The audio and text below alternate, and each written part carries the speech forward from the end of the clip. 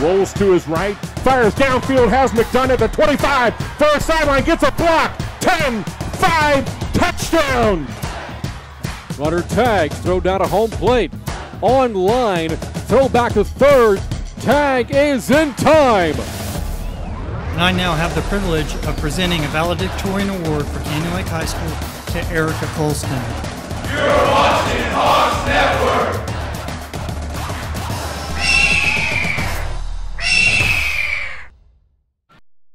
It has been a season of first for Canyon Lake football. 10 wins for the first time ever. The program's first district title, and now the Hawks are in the region semifinals for the first time in program history. And this historic season continues against one of the best the state has to offer, the Waco Vega Pirates. On the Hawks Network, welcome to Round Rock, Texas for Region 4 semifinal action. The winner takes one step closer towards the state championship. I'm Brain Freeman. Alongside me, Tony Brubaker. And Tony, the Hawks have looked awfully impressive over the first two rounds of the playoffs, but the competition getting a lot stiffer tonight against Waco Vega. You are absolutely correct, Brant. Vega, one of the favorites probably in this 4A state championship run, as they have the ability to run the ball with three different running backs who are all dangerous, so dangerous on any certain play they could go to the end zone. Still to come in our pregame coverage, we're going to break down tonight's matchup even further, and we'll get some more insight from Canyon Lake head coach Charlie Drum. This is Canyon Lake football on the Hawks Network. I'm Jaime Buenteo, produce buyer for HEB. We work hard to find the freshest, best produce available. That's why we work with Texas growers to buy local as much as possible. Over 100 million pounds annually. In fact, we sell more produce than any other store in Texas. Grapefruit, corn, blueberries, and tons more. All grown right here in our beautiful backyard and on their way to your store within 24 hours. This is the local Texas Produce Department at HEB. No store does more than my HEB. In college football, you don't have the luxury of looking ahead. Every Saturday's a different way of destroying your season. They'll make the ground shake. They'll make your eyes burn. They'll show you hate and disrespect unlike anything you've ever seen. Don't think about January when there's a Wolverine coming for your face in September. The biggest game, the only game, is the one you're playing. And welcome back to Round Rock. Our pregame coverage continues as Canyon Lake takes on the Waco Vega Pirates here in the semifinals of the Region 4 postseason. Brain Freeman with Tony Brubaker. Look at these two teams. The Hawks come in with a record of 10-2. They have won 7 straight playoff wins coming over Gatesville and Pleasanton. And Tony, you look at this Hawks football team. One offensively that loves to run the football, an option-based offense. It's been very effective all year long. And that's obviously a key for their game tonight, is to keep the ball away from Vega, to have long drives, 2, 3, 4, 5, 6-minute drives that take up 7, 8, 9 plays, and just keep the ball out of their hands. You look at the play calling for Canyon Lake so far in the postseason in 2 games, and they have taken that plan and executed it very well. They have called 104 running plays, only 10 pass attempts for Canyon Lake, and we expect to see similar play calling here tonight. Meanwhile, flip side of the ball, Tony, you look at Waco Vega. They come into the game 12-0. This is not the first time these two teams have met in the postseason. Canyon Lake eliminated the Pirates in the first round in 2014. Since then, Vega has won 41 of its past 42 games, 2 years removed from a 16-0 state championship season back in 2015. This year's team, 12-0, and offensively looking very good. They are as dangerous as you can find at this 4A level, and probably even more dangerous than some 5A or 6A teams, just because of their ability with breakaway-type speed and guys who can break tackles if you only got 1 or 2 guys on him.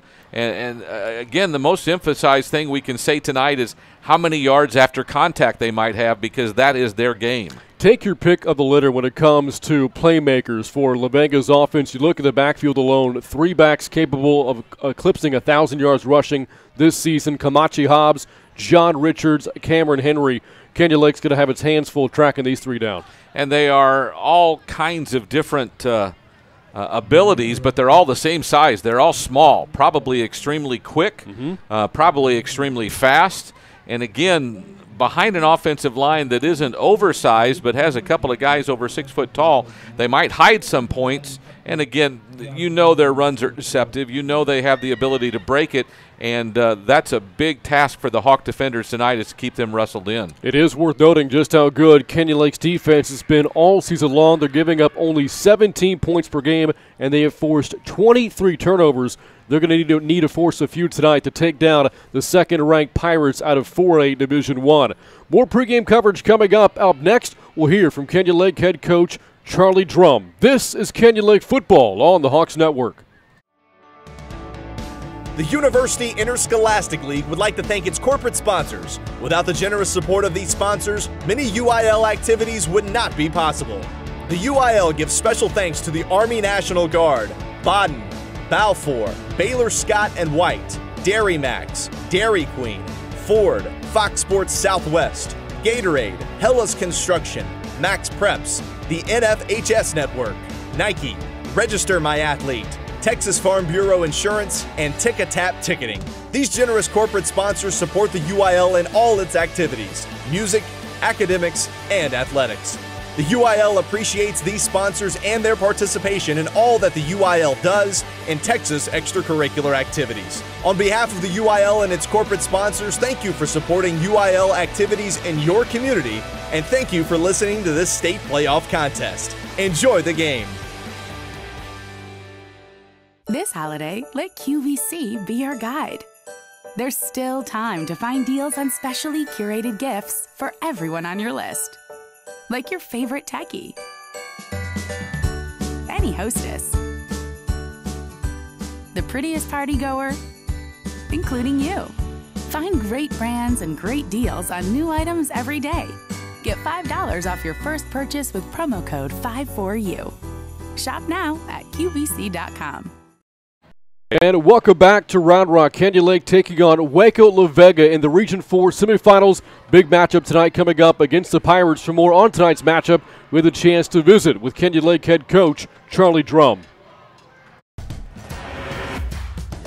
And welcome back in the studios of Hawks Football Weekly. Brent Freeman with Canyon Lake head coach Charlie Drum. Coming up this Friday, the Hawks in round 3 action against the Waco La Vega Pirates. They come into this game 12-0, the second-ranked team in 4A Division I. They are 2 years removed from a state championship, 41-1 over the past 42 games. So certainly, Coach, the pedigree for the Pirates, really impressive. Looking at the job that Coach Willie Williams has done with this program, how impressed have you been by that? Well, we're no stranger to them. We played them twice in the last 5 years in the playoffs. Coach Williams has been there a long time, won a bunch of football games. They're used to winning. And this group of seniors they have, much like ours, you know, we played them when they were freshmen and beat them back in 2014, I think. They're a special group, and they're well coached and very, very athletic up and down the line, you know, wherever, defensive line, offensive line, obviously the backfield, secondary. And again, like I said, they're well coached, so it's going to be a battle.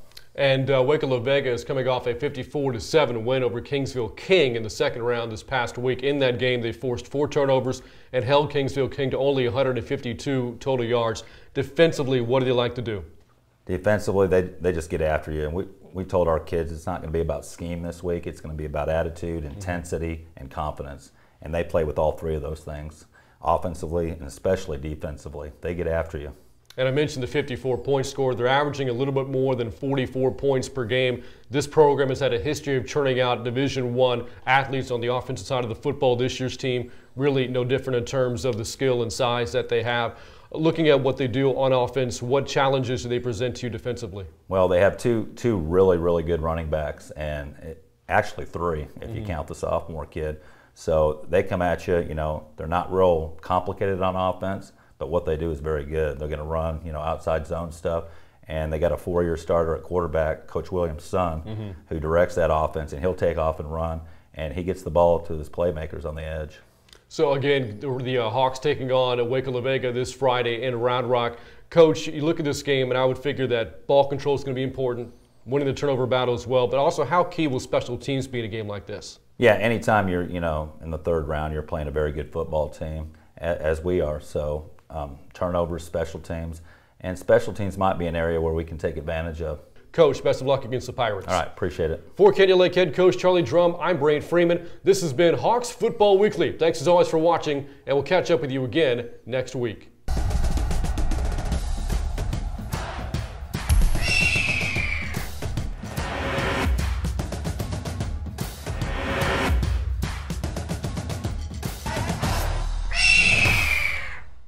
When you're ready for a break, hurry in to Chicken Express. Let us do all the cooking for you. We always offer high-quality, affordable meals that the entire family will enjoy. Our chicken is never frozen and is hand-battered fresh so you can really taste the difference. You can expect fast and friendly service at Chicken Express, whether you dine in, drive through, or drive up. Hurry in and hurry back to Chicken Express.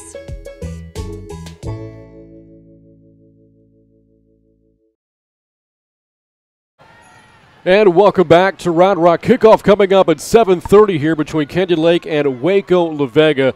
Brain Freeman with Tony Brubaker. And Tony, one of the things I spoke with Coach Drum about earlier this week is how some teams this time of year will play one of two styles. Either they'll play very loose, relaxed, have fun with it. You're in the playoffs. It should be fun. Other teams will play tight because the pressure is on because of the winner-go-home nature. For Canyon Lake to succeed tonight, they've got to be more the former than the latter. Oh, without a doubt. They're going to have to play with poise and yet with a football kind of aggression. And I'm talking on offense. The line's going to have to push people around. They're going to have to open lanes.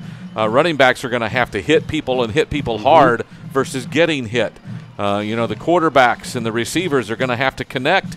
Even if the window's small, they're going to have to connect. Everything's going to be special on offense, and defensively you just have to go with that football aggression that just says we got to knock them down every chance we can. You heard Tony say the word special. This has been a special season for Canyon Lake football, and it continues here in the region semifinals. Winner moves on one step closer towards a state championship. Kickoff is coming up next. This is Canyon Lake football on the Hawks Network.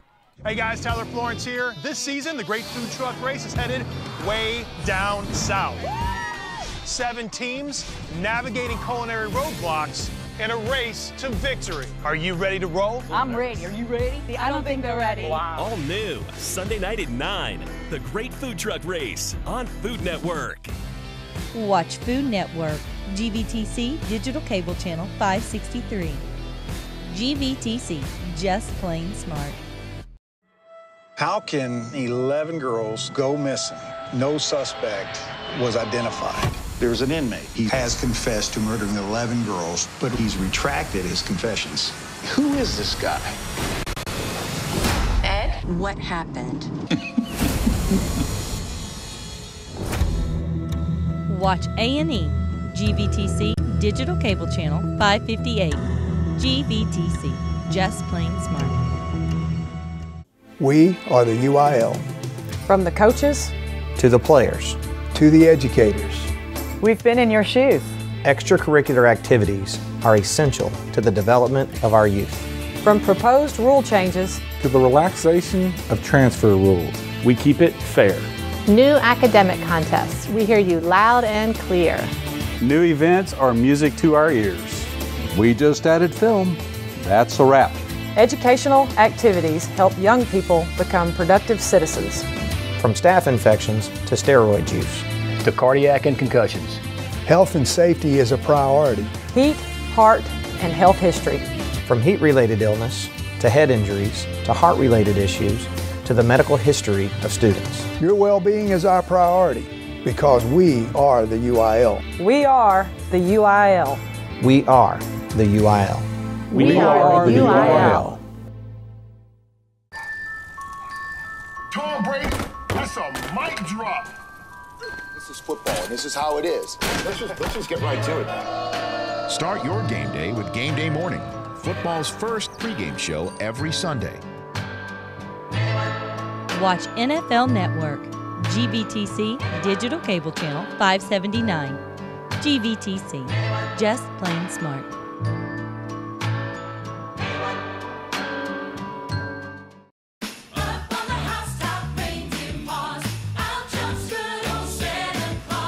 First Christmas together in our new home. It's gonna be fun making our house feel like a home. All I need for Christmas is Linda's love. All new Property Brothers at Home, Drew's Honeymoon House, Wednesday night at 9 on HGTV. Watch HGTV, GVTC, Digital Cable Channel 578. GVTC, just plain smart. Get closer to the action like never before with NASCAR Race Hub on FS1. At the track. Looks like Superman won. In the shop. Catching up with Joey Logano. On the headsets and behind the scenes. Every night, the place to be.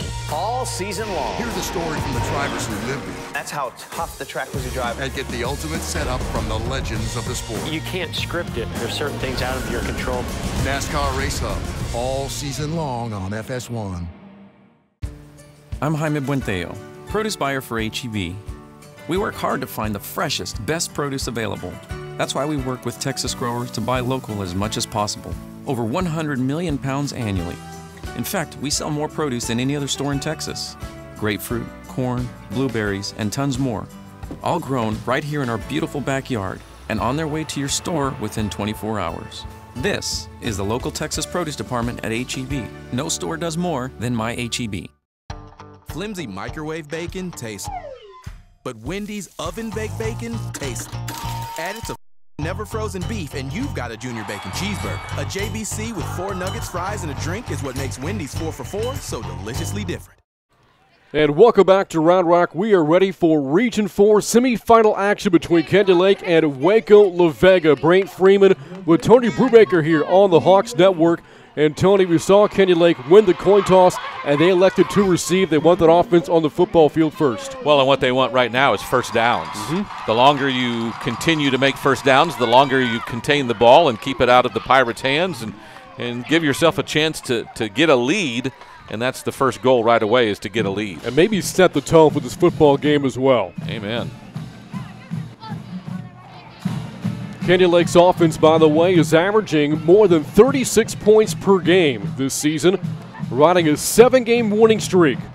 The Hawks started the year 2-0, lost their next 2 games. They have not lost since then. Last setback all the way back in September against Wimberley, 20-13. Meanwhile, these Pirates, they haven't lost at all. They're 12-0 in the hunt for a second state title in the last 3 years. And here's the kickoff from Julian Hernandez. We're underway here from Round Rock, and a fair catch just shy of the 30-yard line gets this game underway. A look now, the Hawks offensively led by 3-year starting quarterback Ben Fulton with a bevy of backs to hand the football off to. This, of course, is an option-based offense for the Hawks. We'll see a lot of the ground game. Fulton has only thrown 81 passes all season long. Here we go from the 30-yard line. A quick run on first down. And a nice first down run for Tanner Ferris, who's been banged up all year long, nursing a shoulder injury. Takes the first carry of the game for 5 yards up to the 37-yard line, 2nd and 5. And as they continue to go tempo, Brant, that's just a little quick sweep from your left halfback, and got some good blocking out in front, and you get 5 yards on first down. That's always a good note. And Ferris quickly exits the game. He's only had 11 carries in the postseason prior to that one. And on 2nd and 5, a dive play snuffed out there by the Pirates. Jacob Ruff will pick up a couple of yards to make it 3rd down and 3 to go. And that's the fullback on this spread option type of offense. You're always looking for what the defense allows you, and that's the quarterback's job, is to read which situation presents the best chance to get a couple of yards. A big call, though, on 3rd and 3. And I know, Tony, the game is early, only a minute old, but this is a big 3rd down for Canyon Lake's offense. And it is a run blown dead. Right side of the offensive line got off a little quick. The margin for error tonight for Canyon Lake is razor thin. Again, Waco La Vega over the past 42 games, 41-1, and they don't beat themselves much at all. And for Canyon Lake, the flag makes this now 3rd down and about 8 to go. And Tony, that's tough for an option-based offense. It just takes everything you want to do on time with the chains and throws it out the window, because now you've got to call a play you don't really want to. The Hawks last week in the win over Pleasanton, just 1 flag the entire game. On 3rd and long, Fulton to throw. A backside screen. And Ruff is roughed up at the 33-yard line. And the Hawks go 3 and out on their first offensive possession. Kamachi Hobbs, the stud running back, is also a stud linebacker, and he sniffed that one out right away and made a great one-on-one tackle to shut it down. Hobbs is playing his 54th career varsity game at linebacker. A year ago, had 125 stops as a junior.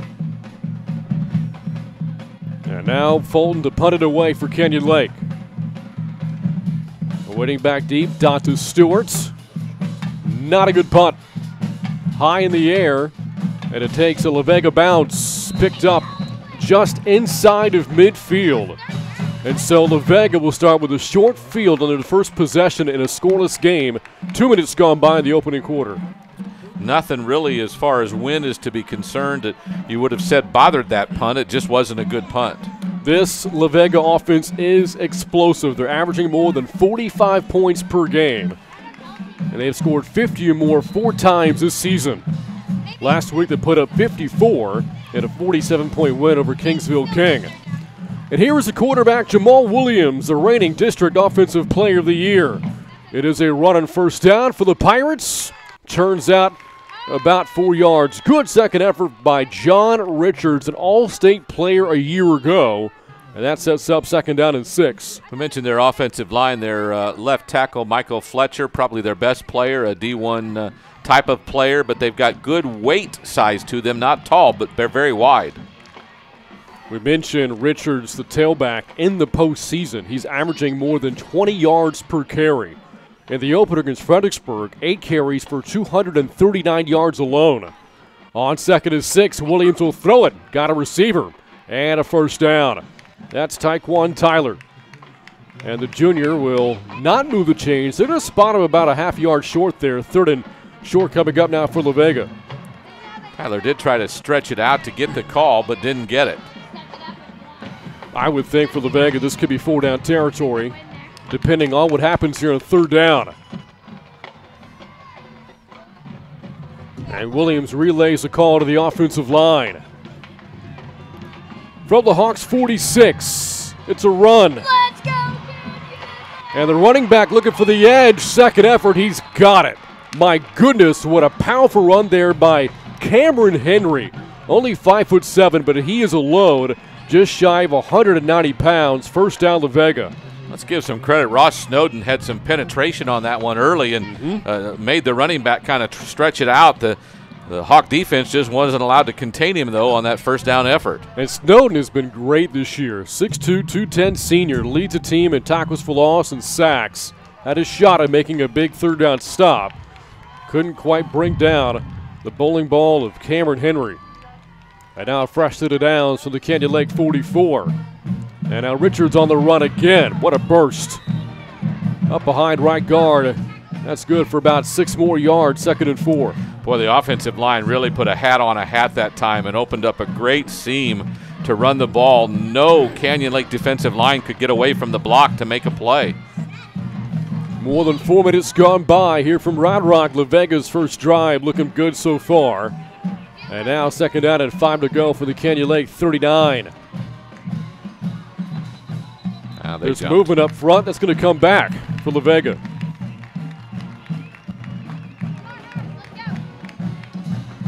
You know, as explosive as they are, I don't know that getting behind in the chains again is any better for them than it is for Canyon Lake. They're not accustomed to 2nd and 9 calls. Only seen 1 pass in the game for La Vega on their opening drive. The Hawks only had 1 on theirs as well. They went 3 and out. And again, it was a penalty that really killed Canyon Lake's first drive. Does this penalty take things off schedule for La Vega? We're about to find out. On 2nd and 9, it is a screen, and that's Tyler. Turns on the Jets inside the 20. He's gone. Touchdown, Waco, La Vega. 44 yards to Taekwon Tyler.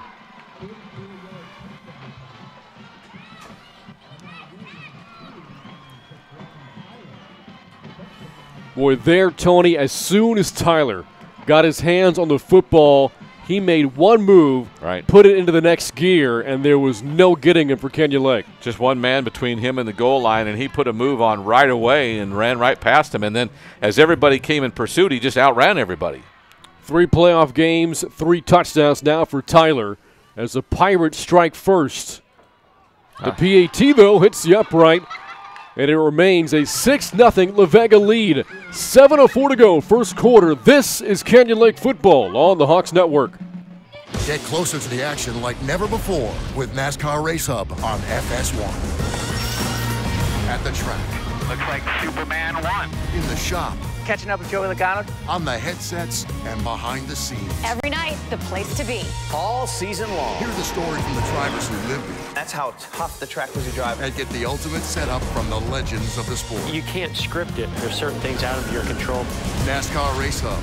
All season long on FS1. Flimsy microwave bacon tastes, but Wendy's oven-baked bacon tastes. Add it to fresh, never-frozen beef, and you've got a Junior Bacon Cheeseburger. A JBC with 4 nuggets, fries, and a drink is what makes Wendy's 4 for $4 so deliciously different.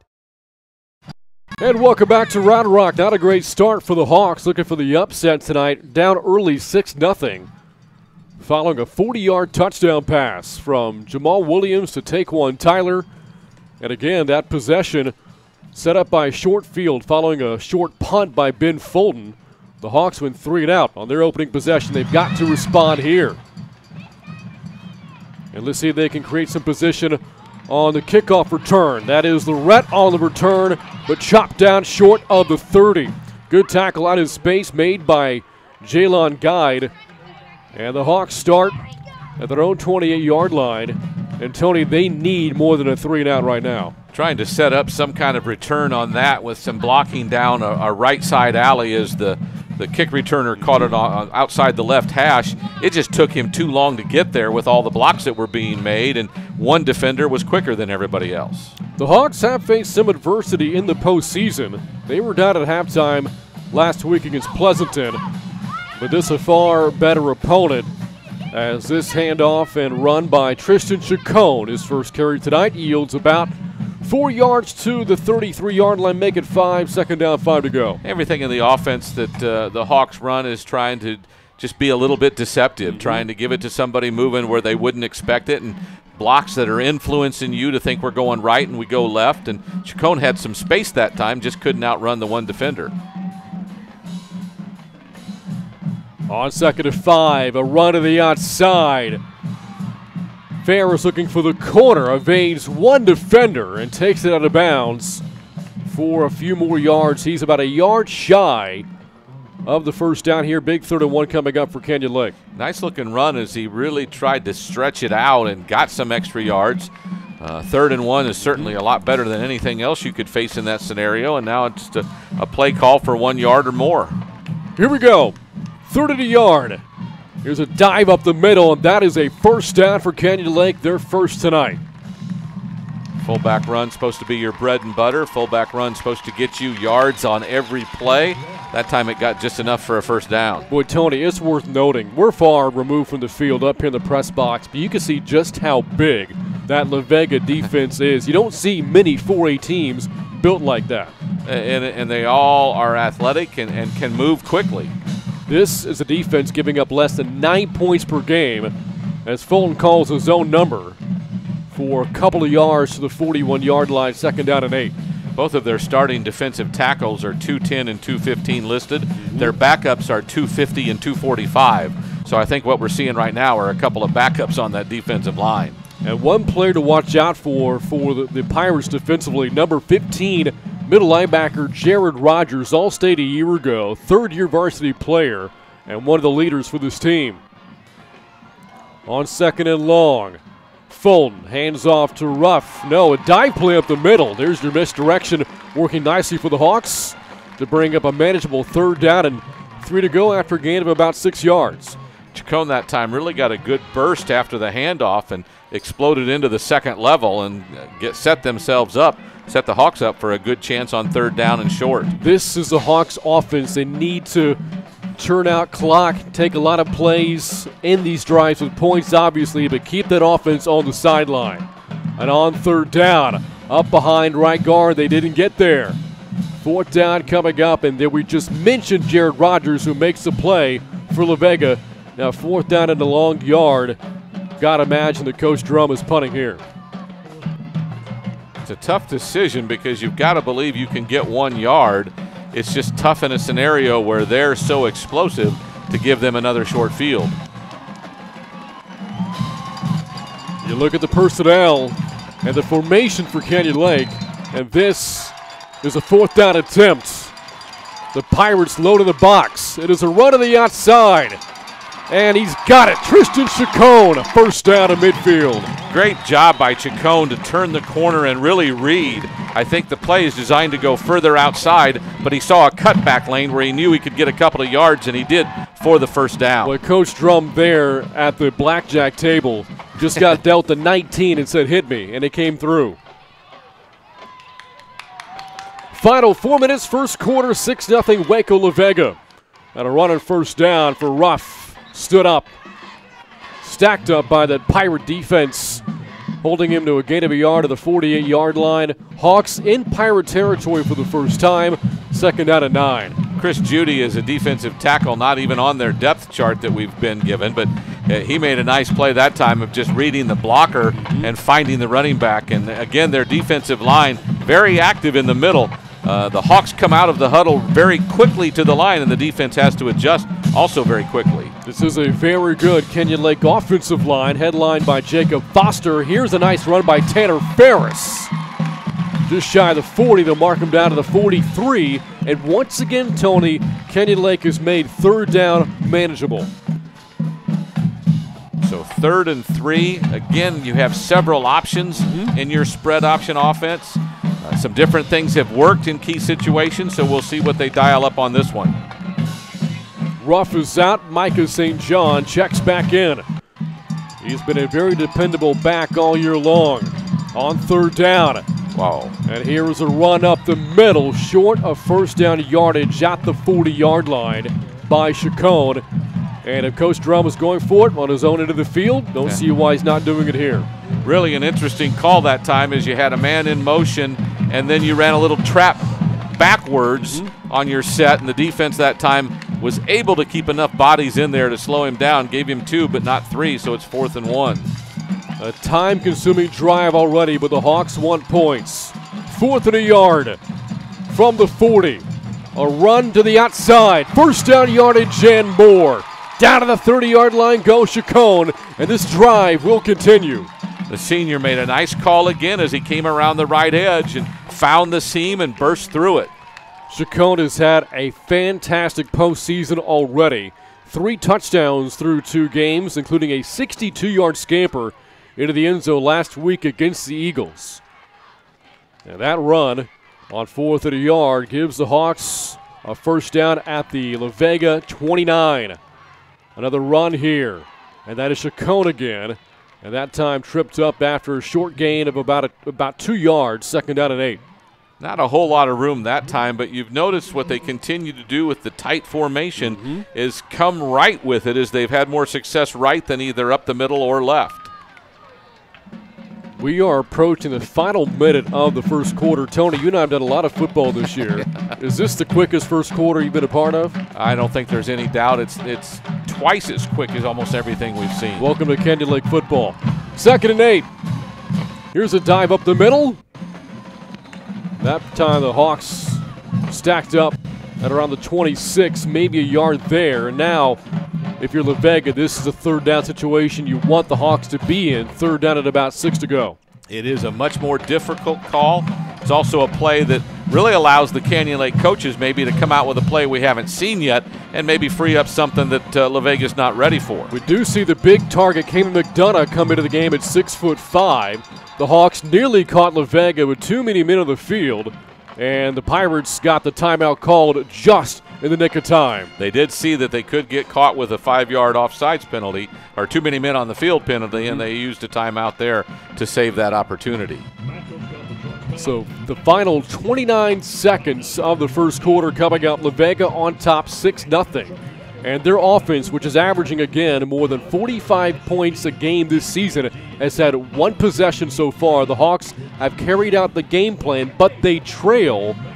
And I would imagine here, Tony, with it being a 6-0 game, this remains 4-down territory. I don't think there's any doubt that I think Canyon Lake has realized that La Vega's going to score some points, so they've got to do everything they can to keep every drive alive, and that could mean 4-down territory. In some places you might not expect it, like we didn't tonight expect it at midfield. Good crowd on hand here from Round Rock. Traveling over from Canyon Lake to watch the Hawks play a historic game. This their first ever region semifinal. 3rd down and 7 out of the timeout called by the Pirates. You'll notice nobody lined up directly behind Fulton here on 3rd down. There's motion from Ferris. A throw for Fulton. Has time. And now throws it away towards the sideline. Nearly picked off. Boy, again, that shows you the athleticism that La Vega has. The ball that looked to be sailing out of bounds. Nearly intercepted by Amari Gibson. And now 4th and 7 for Canyon Lake. I really thought he wanted to go to Ferris coming out of the backfield on like he was the jet sweep guy on like a wheel route. And it just was covered up too much. Tried to throw a dart, but knew it was going to go out of bounds, and no matter who caught it, they would be out of bounds. This will be the 3rd 4th down attempt for the Hawks on the drive. They're 2 for 2 so far. Fulton to throw. Good protection. It breaks down. He runs. He's got it inside the 20. Right at the sticks. 1st down, Canyon Lake. Or did he? Boy, spotted the football. Are they saying it's right there, not close? This, at the very least, is going to require a measurement. The Pirates celebrating as if they got the stop. Well, they haven't waved the sticks on yet, but I see a 1st down on the yard marker, so it has to be a 1st down. It yes, is. They do. And the Pirates are late coming back onto the field. Did Waco La Vega get in the timeout again? I don't think they got a timeout, but they're asking for a measurement, and the sticks have already been moved. Well, they called a timeout. They did. And they have burned 2 already here in the 1st quarter. You can tell the Canyon Lakes got La Vega out of sorts just a bit here in the early stages of the game. Willie Williams, the head coach of the Pirates, really not happy with the call, but I think as Aaron Morris, our referee, is explaining it to him, they needed to get to the 19-yard line, and that's where the nose of the ball is, so they knew instantly it was a 1st down, even though the defense was celebrating. You heard Tony mention Coach Willie Williams, a legend at La Vega. This is 28th season as Pirates head coach. Played for this program as a running back back in the late 70s. He is a Pirate lifer. Although at one point his career came at a crossroads, got offered a job at Liberty Elau and had accepted the position, but on his drive towards campus along with his wife, he had a change of heart. And for La Vega, that change of heart has paid off in the form of a state championship 2 years ago. On 1st down, it is a pitch running to the outside. Ferris inside the 15. And marked out at the 11. 8-yard run, making 9 on 1st down, makes a 2nd down and a yard to go, and that the 1st quarter's final play. A tense football game so far in the region semifinal from Round Rock. 1 quarter in the books. It's La Vega 6, Canyon Lake nothing. This is Canyon Lake football on the Hawks Network. I'm Jaime Buenteo, produce buyer for H-E-B. We work hard to find the freshest, best produce available. That's why we work with Texas growers to buy local as much as possible. Over 100 million pounds annually. In fact, we sell more produce than any other store in Texas. Grapefruit, corn, blueberries, and tons more. All grown right here in our beautiful backyard and on their way to your store within 24 hours. This is the local Texas produce department at H-E-B. No store does more than my H-E-B. Flimsy microwave bacon tastes, but Wendy's oven-baked bacon tastes. Add it to fresh, never frozen beef, and you've got a Junior Bacon Cheeseburger. A JBC with 4 nuggets, fries, and a drink is what makes Wendy's 4 for $4 so deliciously different. Region semifinal action continues here on the Hawks Network, ready for the start of the 2nd quarter. Waco La Vega on top 6-zip, but the Hawks are threatening. 2nd down and 2 at the La Vega 11-yard line, a drive that has already seen 3 fourth-down conversions. All success running the ball has been to the right, so we'll see if they continue that pattern, as that is the short side of the field at this point. A big reason why the big right guard, Jacob Foster, 6'3", 275. Here is a run up the middle by Fulton, twisted down inside the 5, and the quarterback gives the Hawks another fresh set of downs. Don't know if my memory is perfect, but I think that's the first time he's kept it on that scenario, and really something different on a key second down play call. Braden Duke checks it here for the Hawks. Set split end on 1st and goal at the 5. And here is motion for Kenya Lake. Is an option up the middle. Turns out a couple of yards to bring up 2nd and goal at around the 3-yard line. And again, I would imagine 4-down territory here for Kenya Lake. This is not a team you beat with field goals. And I think your pleasure would be to score on 2nd down so you don't have a 3rd or 4th down and goal play that you have to force in there. Well, Tony just said it. This might be the big play in the drive for Kenya Lake. 2nd and goal from the 4. Here is a run up the middle towards the goal line, but just shy. And now 3rd and goal inside the 1. Chacon, the carry there for Kenya Lake. He's had a really good first half so far. We talked about when we got to this end of the field, everything had gone right. Now they've gone left 3 times. We'll see what they do here on a key 3rd down from the 1.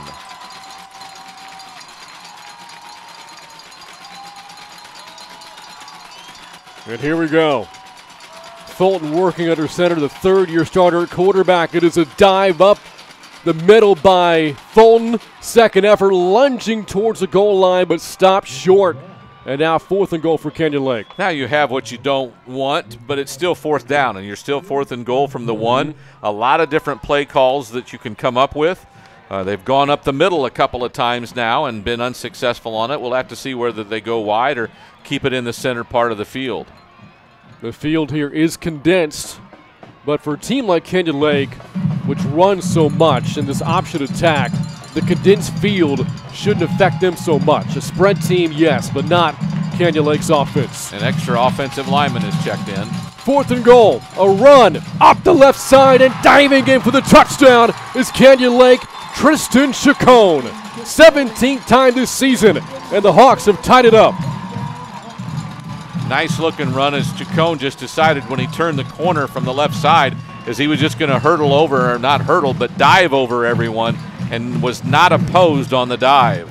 4 fourth-down conversions on that drive by Kenya Lake. And now Lorette for the lead. On the PAT, and this game no longer tied. PAT is good. 9:42 to go till halftime. Canyon Lake 7, Waco La Vega 6. This is Canyon Lake football on the Hawks Network. In college football, you don't have the luxury of looking ahead. Every Saturday's a different way of destroying your season. They'll make the ground shake. They'll make your eyes burn. They'll show you hate and disrespect unlike anything you've ever seen. Don't think about January when there's a Wolverine coming for your face in September. The biggest game, the only game, is the one you're playing. Flimsy microwave bacon tastes, but Wendy's oven-baked bacon tastes. Add it to fresh, never-frozen beef, and you've got a Junior Bacon Cheeseburger. A JBC with 4 nuggets, fries, and a drink is what makes Wendy's 4 for $4 so deliciously different. Stakes are high tonight. The winner moves on to the region finals. The loser, their season is done. And the Canyon Lake Hawks not ready to say their season is over just yet. They respond to Waco La Vega's scoring drive in the first quarter with a long, time-consuming drive of their own, going from the first quarter bleeding into the second. And with 9:42 to go until halftime, the Hawks are on top 7-6 after a 1-yard touchdown plunge by Tristan Chacon. A drive that took over 9 minutes of football clock time. And here is the kick by Lorette. It is short. Fielded at the 25. And a return here to the 40. Lorette, the kicker, A shot to bring down the ball carrier, could not, and the last gasp effort is made. Out around the 14-yard line. Donta Stewart, a big return there for La Vega, and the Pirates are now 14 yards away from answering Canyon Lake's touchdown with one of their own. A little pooch kick that carried a little farther maybe than they wanted, but coverage seemed to be there. There was one key block right at the start that got the sideline runner, and that's when the kick return just blew open and went clear inside the 15. Fresh units out there for both teams, both for La Vega's offense and Canyon Lake's defense.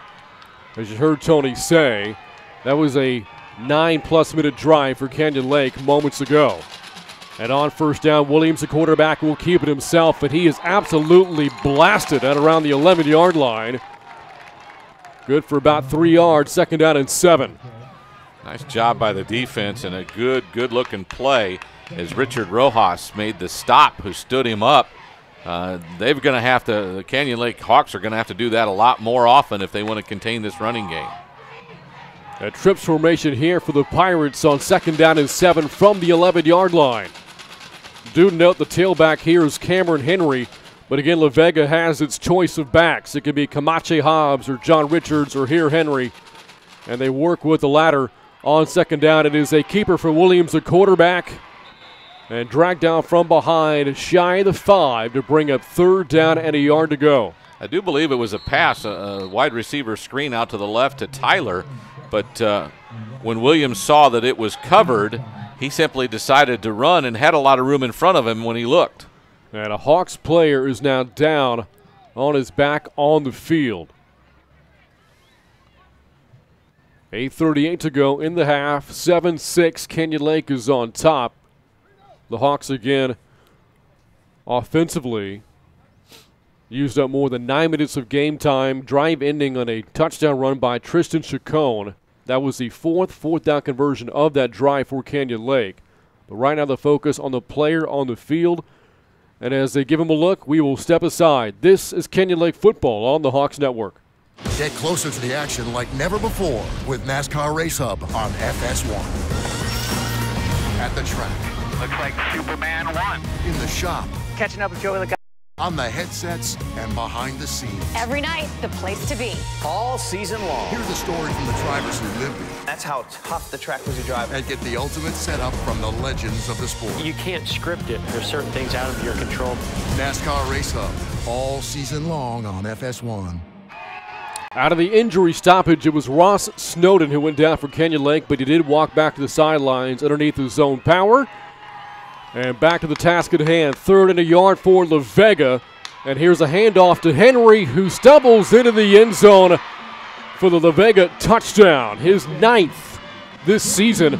And the Pirates, after a short field set up by a great kickoff return by Donta Stewart, they answer quickly to the Canyon Lake score. Kind of a difficult, the snap was low. Williams had to dig it off the ground to pick it up, and that almost took the timing off of the play, which means all the blockers had already cleared open a lane that he saw easy run to the end zone. The Pirates had a PAT hit the upright on the first touchdown, going for 2 here. Here's Williams, and he's got the 2, and the lead now an even 7 for Waco La Vega. 8:21 to go. Until halftime, 14-7, Pirates on top.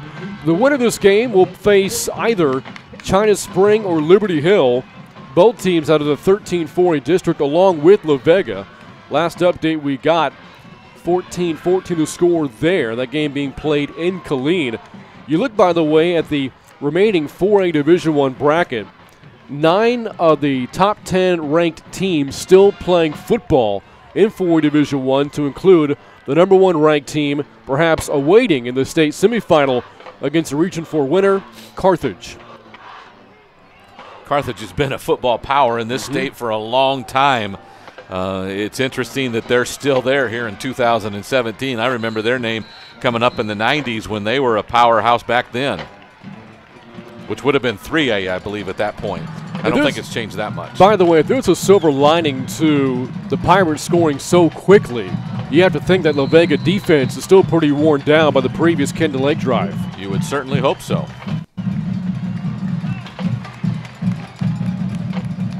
Here's the kick from the 40. The Ret to return up to the 25. Running left to the 30. Slips one tackle. And the Hawks will have good position to start their third drive of the game. At their own 35-yard line, down by 7. First drive went 3 and out. The next drive consumed more than 9 minutes. And again, 4 fourth-down conversions. And Tony, as great as that was, that's also living a bit dangerously. The Canyon Lake can't rely on fourth-down conversions the entire game. And we've seen it, the second kick return we've seen where blocking was good. They just couldn't hold the blocks long enough as the play developed.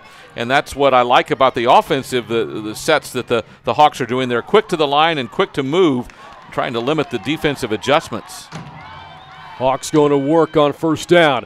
And the pitch is fumbled, but diving right back on it is Tanner Ferris. The Hawks avert disaster there. They've already committed 3 turnovers in the postseason after just 3 in the regular season, second out of 13. Pitch didn't look bad. Maybe he just took his eyes off the pitch. Ferris, such a great player the course of his Hawk career, over 2,600 yards rushing, 31 touchdowns, a 1,000-yard back a year ago, but an injury-riddled 2017. On second and long, Fulton on the throw, and it's too low. Incomplete. And just like that, third and long now for Canyon Lake. Was he throwing for Chacon? No, it wasn't Chacon there. That was the tight end J.T. Green. Okay. Huge target, by the way, 6'3", 260. Team leading 17 catches all the year, but Fulton not close on the throw. Yeah, it just didn't seem to be. I wasn't real sure who he was trying to throw to, and it wasn't a very good throw at that.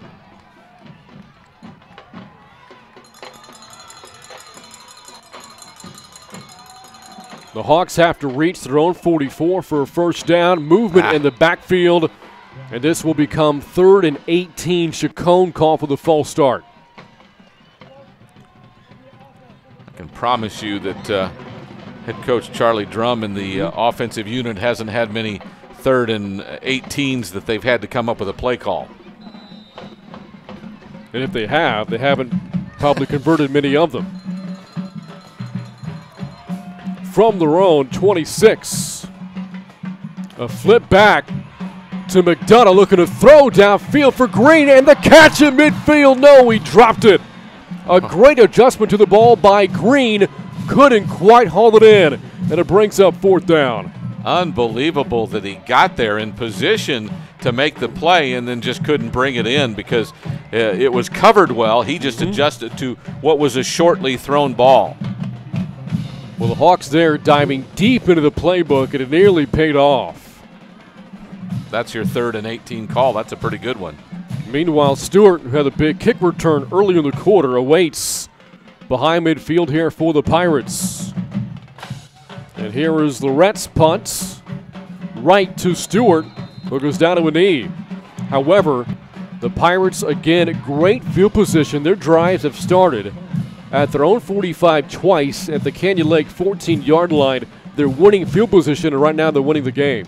The punt was a better punt than the first one, more low-line drive. It's just that the kick returner was right there and was able to field it without any that ball would have probably bounced and rolled a long way. Canyon Lake's defense needs a stop. It's not an offense built for large comebacks, and keep in mind as well, Vega will get the football to start the second half. And here is Williams, the quarterback, who will not start on 1st and 10. He'll start on 1st and 15. False start against La Vega.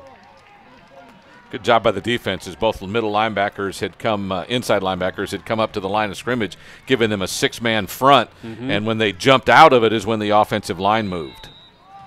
3 years ago, the Pirates finished 5-6, eliminated in the playoffs by Canyon Lake. Since then, 41-1. Only loss at last year's region finals to China Spring. 12-0 this year, and now 1st and 15 for the Pirates offensively. It is a run on first down. That's Richards getting outside. Stuffed it around the 47, so the Pirates get back that penalty yardage and a couple of more yards. 2nd down and 7. Still leaves them with a difficult 2nd down, but it's much better knowing you started with a 5-yard penalty. Again, good run, and the Hawks defense was there. He just outran him to the corner. Just explosive backs in that backfield between Hobbs, who we've not seen yet tonight, by the way, carry the ball, Richards and Henry. Here's a run. That's Richards again. And the Hawks, a great job there, cutting off the running lane. Only a couple of more yards to bring up 3rd down and 6 to go. Good job by all the defense there, as I think that Harwell is the one that put the first shoulder on him, but everybody kind of huddled at the ball and got there quickly. Michael Harwell, the Hawks' leading tackler this season with 57 stops, filling in on D-line right now. And now a linebacker. 3rd down, 6 to go, just inside of midfield for Waco La Vega. An offense which has not slowed down the entire season. Williams, a quarterback, to run it. Looking for a block, cutting it back inside, and a 1st down. It's incredible tonight how many times the Hawks have been in position only for La Vega's players to just make 1 or 2 moves in enough space to pick up the 1st down. Lee Stafford was one of the linebackers who was outside and forced him in, and then when he spun back in, had a chance to make a play, and Williams just burst right past him for the 1st down. Again, this is a very important drive for Canyon Lake to get a stop. If La Vega pulls ahead by 2 possessions and the Hawks are down by 2 or more scores at halftime, it's going to be a tough road to hoe in the second half. On 1st down, here is a run. Richards got jacked out around the 45-yard line. Ross Snowden, who left the game earlier, is back in a big way, along with Grayson Lee on that stop. 2nd and 10. And you mentioned the time of the drive and how important it is to stop. Well, the clock's going to end up probably under 5 minutes to go when this play's finished, and they're taking up a lot of clock time too.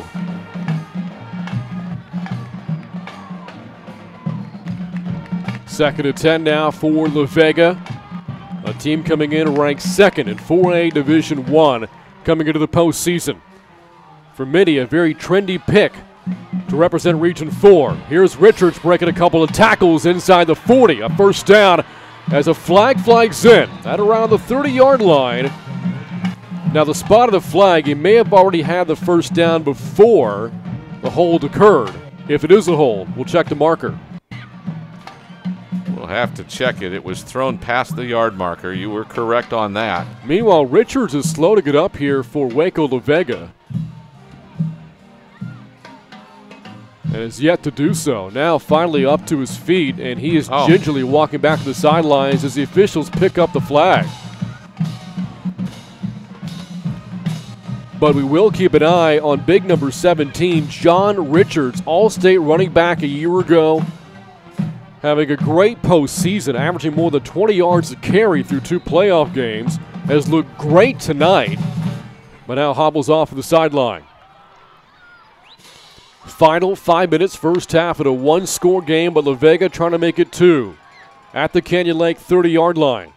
However, if you are La Vega, even if Richards is unavailable, you still got Kamachi Hobbs or Cameron Henry to hand the ball off to. And they're both in the backfield here, and Henry the one that gets the call, running outside. What a burst of speed there inside the 25, and they're going to mark him out close to the sticks at the 22. Yeah, there is nothing in recent memory that I think Canyon Lake defenders have seen with this kind of speed. Henry gets the ball off the right tackle's hip and runs on a left-hand sweep and just beats everybody to the corner by a couple of steps. You know, you and I haven't seen every Canyon Lake game this season, but I can't imagine they've been up against this kind of speed at almost every position on the field. And they're hard to bring down. They run with some kind of authority. On 2nd and short, the Hawks bring the blitz. Williams feels the pressure, keeps it himself as a flag comes in towards the far side of the field. For the time being, a 1st down for the quarterback Williams at the 13-yard line. And the Pirates are pointing back towards Canyon Lake. Going to be an interesting call for sure. It's offsides a call. Yeah, the blitz was on, and the blitzing defender jumped over the line a little bit too early. And La Vega is in the red zone again. Williams made a great read as the handoff was faked to Henry, and he was smothered by that defender that was offsides. He kept it and ran good yardage. The Hawks have forced 23 turnovers this season. Can they force one right now and keep La Vega off the scoreboard?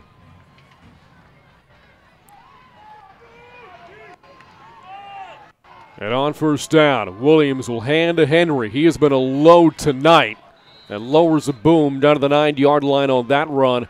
Good for 3 yards, 2nd down and 7 to go. He runs with some kind of authority and just continues, whether it's outside with speed or between the tackles with power, he gets good yardage. For La Vega, this drive has eaten up a lot of clock, and they are just 9 yards away for more points as well. A lot accomplished here for head coach Willie Williams if they can finish off the drive and put the Hawks in a tough bind as we approach the end of the first half. Here is a run. That's Hobbs' first carry tonight. Yields a couple of more yards up to the 6. 3rd down and 3 now for La Vega. Again, the defense trying to be in that bend but don't break scenario. They're right inside the 5 or right just outside the 5 now, meaning it's time to quit bending, and they need a key 3rd down stop here.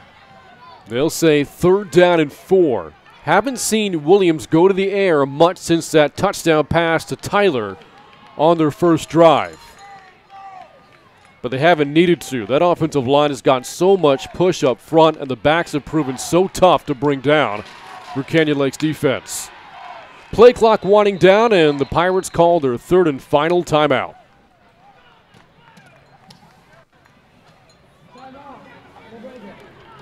They're not shy about using those timeouts. No. Again, you go back to the first quarter. They had to burn 2 timeouts for fear of being called for too many men on the field. Guess that's when you coach 28 years. You understand that timeouts aren't any good in the locker room. Again, as we said, Coach Willie Williams in his 28th season. A running back for La Vega back in the late 70s. Later became an assistant in the early 80s. Named the head coach in 1990. And he's been there ever since, so he's a Pirate lifer. Meanwhile, Coach Drum in his 6th season at Canyon Lake, and he has been there since the beginning. Was an assistant under Matt Monzinga when the Hawks started their program 10 years ago, and was promoted to head coach back in May of 2012. 2 coaches that are in love with the programs, and they have done great things with them. Out of the timeout, 3rd down, 4 to go from the 6. Here's a run for Hobbs. Cutting back to his left. A block from the quarterback springs him free. Touchdown, Waco La Vega. Again, the athleticism of this Pirate football team is something to behold as a late flag comes in for excessive celebration against the Pirates. Camache Hobbs on that run play designed to the right found there was nowhere to go. Cuts back to his left, and it's his quarterback who supplies a block, all he needed for pay dirt.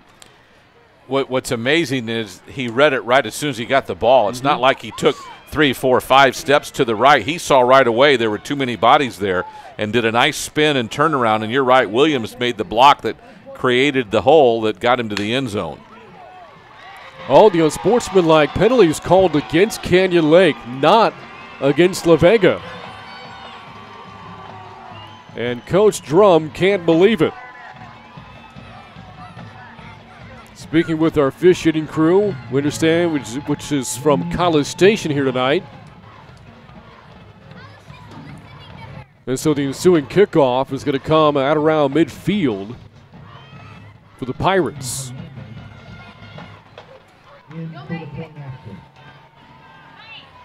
If you recall, the Hawks took the lead early in the second. A 7-6 lead on a touchdown run by Tristan Chacon. But the Pirates have responded in a big way, all 3 phases. On that note, though, the PAT is missed. A second miss tonight for Julian Hernandez, and it remains a 13-point game with 2:18 to go until halftime. La Vega on top, 20-7. This is Canyon Lake football on the Hawks Network. It's flea market madness. Wow, that's pretty neat. 2 teams, here's your $500, here's your time clock. Let's go shop. Go, go. Go find great things that you can reinvent. I think you have a great idea. Please work. You never know what you're gonna find. Do you need a hand? Flea Market Flip, Sunday night at 8, only on GAC. Watch Great American Country. GVTC Digital Cable Channel 162. GVTC. Just plain smart. Flimsy microwave bacon tastes, but Wendy's oven-baked bacon tastes. Add it to fresh, never-frozen beef, and you've got a Junior Bacon Cheeseburger. A JBC with 4 nuggets, fries, and a drink is what makes Wendy's 4 for $4 so deliciously different. Don't miss the UIL Football State Championships on December 20th through the 23rd at AT&T Stadium in Arlington. Tickets are available to purchase now through Ticketmaster. For more information, visit UILTexas.org. Following the unsportsmanlike penalty against Canyon Lake on Waco La Vega's touchdown, the Pirates are kicking off from the Hawks' 45-yard line. 2:18 to go here in the second quarter. The Pirates on a 14-0 scoring run on top, 20-7. Charlie Drum thinking just like I am. Look for an onside kick here. It is a deep kick inside the 10, taken out of the 15, and that's about it. So the Hawks have a long way to navigate. Not a lot of time to do it, as the Ret was the one stuffed at the 16-yard line on the return. However, they do have 3 timeouts left. But the Hawks, again, with this 3 yards and a cloud of dust style of offense, they've got to hit a big run play at some point on this possession. Well, you need at least 1 first down to keep the clock moving. You've got to get first downs. You don't want to give the ball back at all in this scenario. It is a run for Ferris, trying to get outside, and he is stacked up. They'll give him forward progress at the 17. No gain. You heard Tony mention don't give the ball back to La Vega. Well, the Pirates are out of timeout, so they can't stop the clock themselves right now. Malati, the defensive tackle, again listed as a backup, but he's been on the field more than has anyone else on that defensive line. You'd feel better about a 13-point deficit at the break against this team, La Vega, again, so good, if you had the football to open the second half. That is not a luxury the Hawks have, as this run is stacked up at the 19-yard line, only 2 more yards there, and it is 3rd down and 7 for Canyon Lake. Again, you're putting yourself in a position to run a play that you don't want to run. You want 3-4 yard to gain situations, as the Hawks trying to get this first down so they don't have to punt the ball.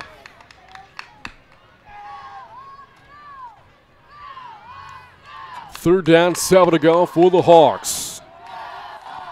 A resilient team all year long. Here is a 3rd down run, and Chacon, the ball carrier, is pushed back at around the 23, short of the first down by about 3 yards. There is a 7-second difference right now between the play clock and the game clock.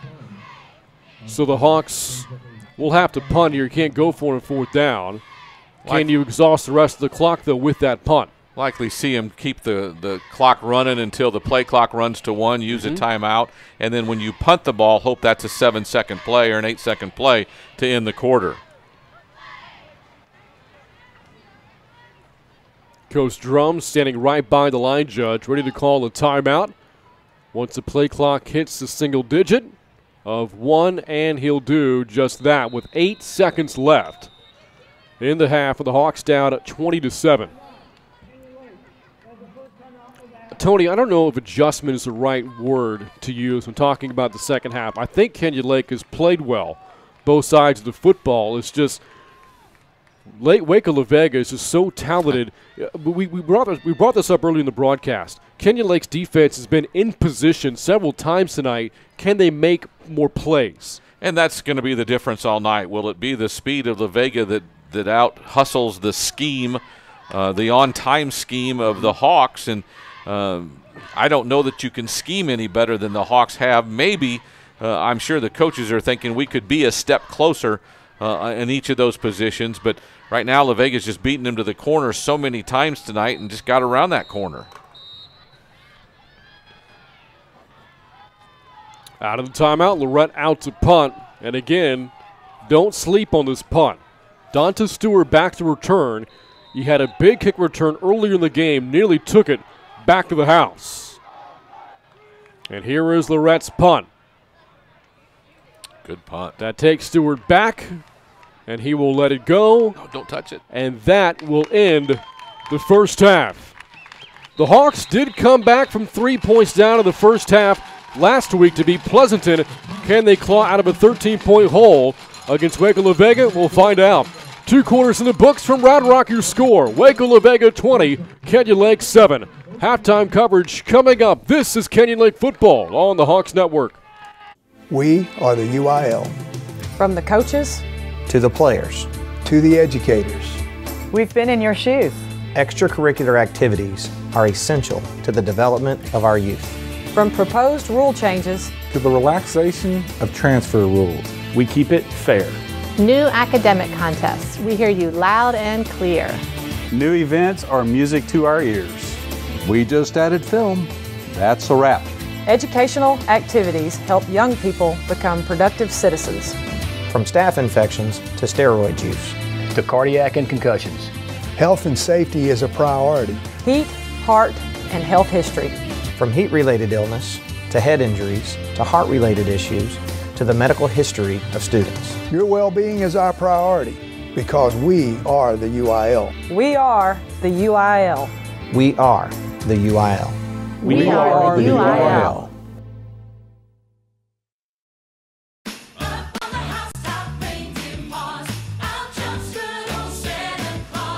First Christmas together in our new home. It's gonna be fun making our house feel like a home. All I need for Christmas is Linda's love. All new Property Brothers at Home, Drew's Honeymoon House, Wednesday night at 9 on HGTV. Watch HGTV, GVTC, Digital Cable Channel 578. GVTC, just plain smart. Rolls to his right, fires downfield, has McDonough at the 25, far sideline, gets a block, 10, 5, touchdown! Runner tags, throw down to home plate. On line, throw back to third, tag is in time! And I now have the privilege of presenting a valedictorian award for Canyon Lake High School to Erica Colston. You're watching Hawks Network!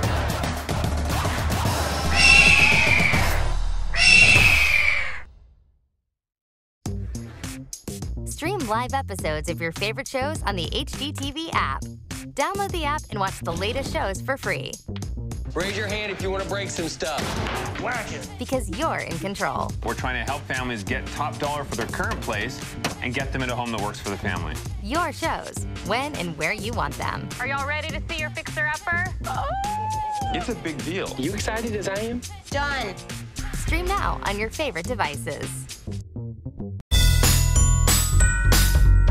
Cozy up with Music Choice this holiday season. Listen to commercial-free music on the go, plus watch holiday music videos and exclusive performances.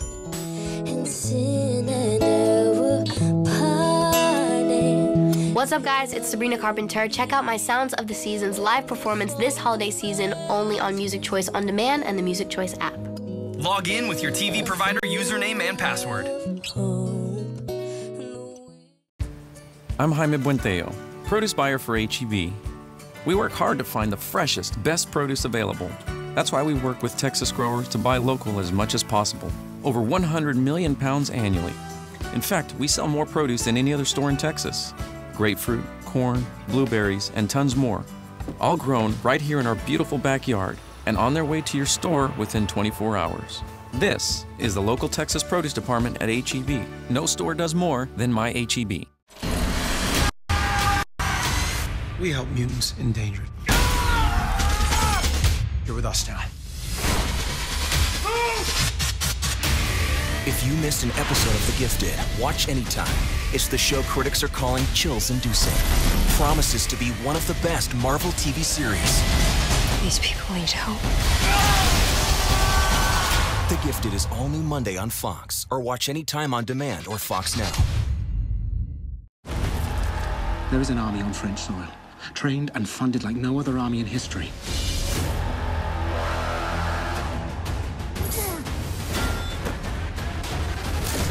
Next time, bring more men.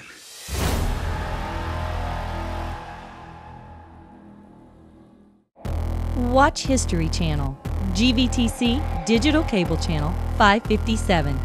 GVTC, just plain smart. Canyon Lake High School is putting on their rendition of the classic 80s movie Footloose. The musical's opening night is tonight, but you can see it again tomorrow at 7 p.m. in the Canyon Lake High School Performing Arts Center. Tickets are only $10 at the door, so bring the whole family. If you can't make it tomorrow, there's another showing at Monday at 5 o'clock. Here is more on Canyon Lake High School's rendition of the 80s movie Footloose.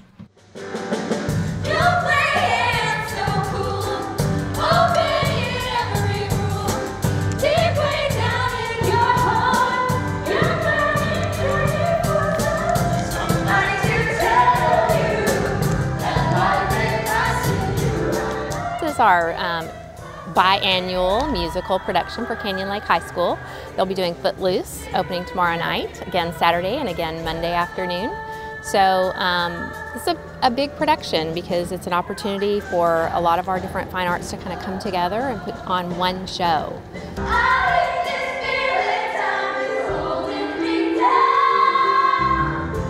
Jumped in the air and frozen. But don't get it, y'all make yourselves big. Big. We run this like a professional operation as much as we can, try to train them that way. It's an open audition process, so folks who are in any level of theater, choir, or any fine arts actually could have auditioned, and so they're not necessarily in my class to already know what those expectations are. So when we are running a show, we try to teach those expectations of being on time and being a professional. Coming into theater, everyone in theater is really close to each other. They all know each other very well and they're great friends. And I saw that immediately when I stepped in. And they welcomed me 100%. Oh yeah? What's the name of it? You can find it on any map. What's the name of it? Folks are blocking you from all over. What's the name of it? Beaumont. Beaumont?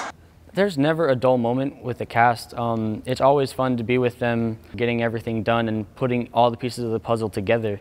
It's really satisfying. A lot of the fun is just getting to know each other and putting on something great.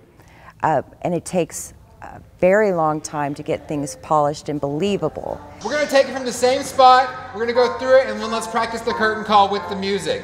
Especially with dancing and singing and their lines and scene changes all at the same time. Musicals are very difficult.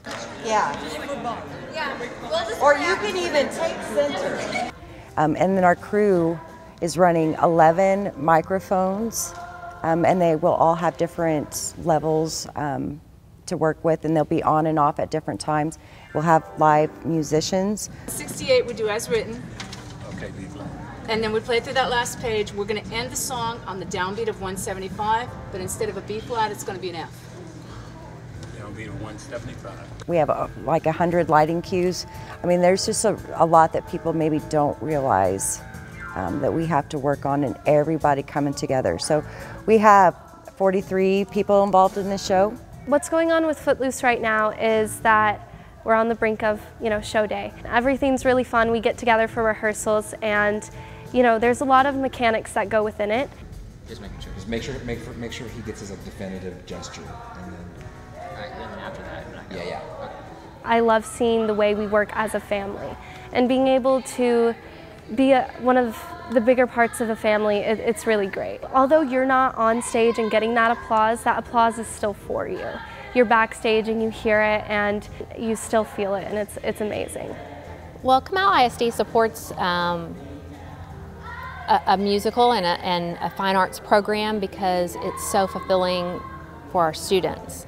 It just adds enrichment to everything that they're doing. So I'm a big advocate, obviously, of the fine arts and everything that it can add to a student's academic. Whether it's learning the violin or being on stage, they're learning a skill that they can't learn just in every classroom. High School Musical is one of the best things you can do with your time, so if you haven't been out, Footloose will be a fun show. Come out and see it.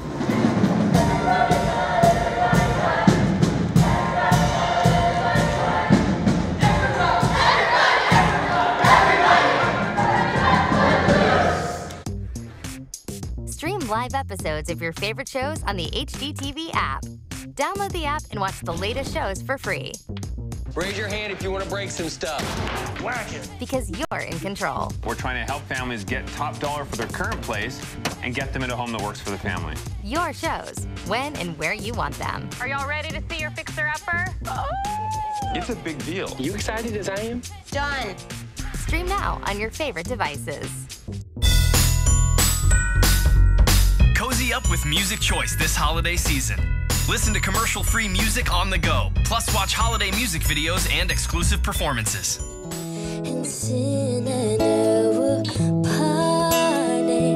What's up, guys? It's Sabrina Carpenter. Check out my Sounds of the Seasons live performance this holiday season only on Music Choice On Demand and the Music Choice app. Log in with your TV provider username and password. I'm Jaime Buendeo, produce buyer for H-E-B. We work hard to find the freshest, best produce available. That's why we work with Texas growers to buy local as much as possible. Over 100 million pounds annually. In fact, we sell more produce than any other store in Texas. Grapefruit, corn, blueberries, and tons more. All grown right here in our beautiful backyard and on their way to your store within 24 hours. This is the local Texas Produce Department at H-E-B. No store does more than my H-E-B.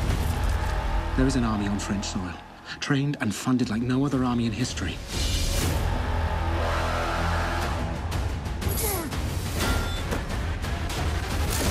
Next time, bring more men.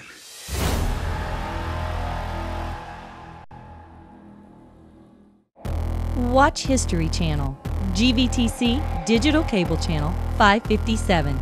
GVTC, just plain smart. We help mutants endangered. You're with us now. If you missed an episode of The Gifted, watch anytime. It's the show critics are calling chills-inducing. Promises to be one of the best Marvel TV series. These people need help. The Gifted is all new Monday on Fox, or watch anytime on demand or Fox Now. It's time at Round Rock. It's La Vega 20, Canyon Lake 7. Now it's time for the Canyon Lake Marching Band.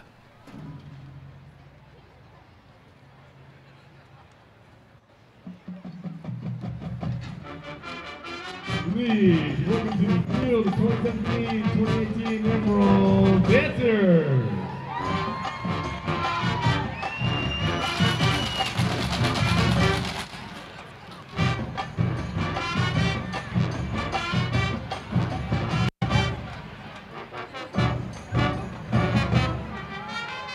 The Emerald Dancers under direction of Kara Hensler.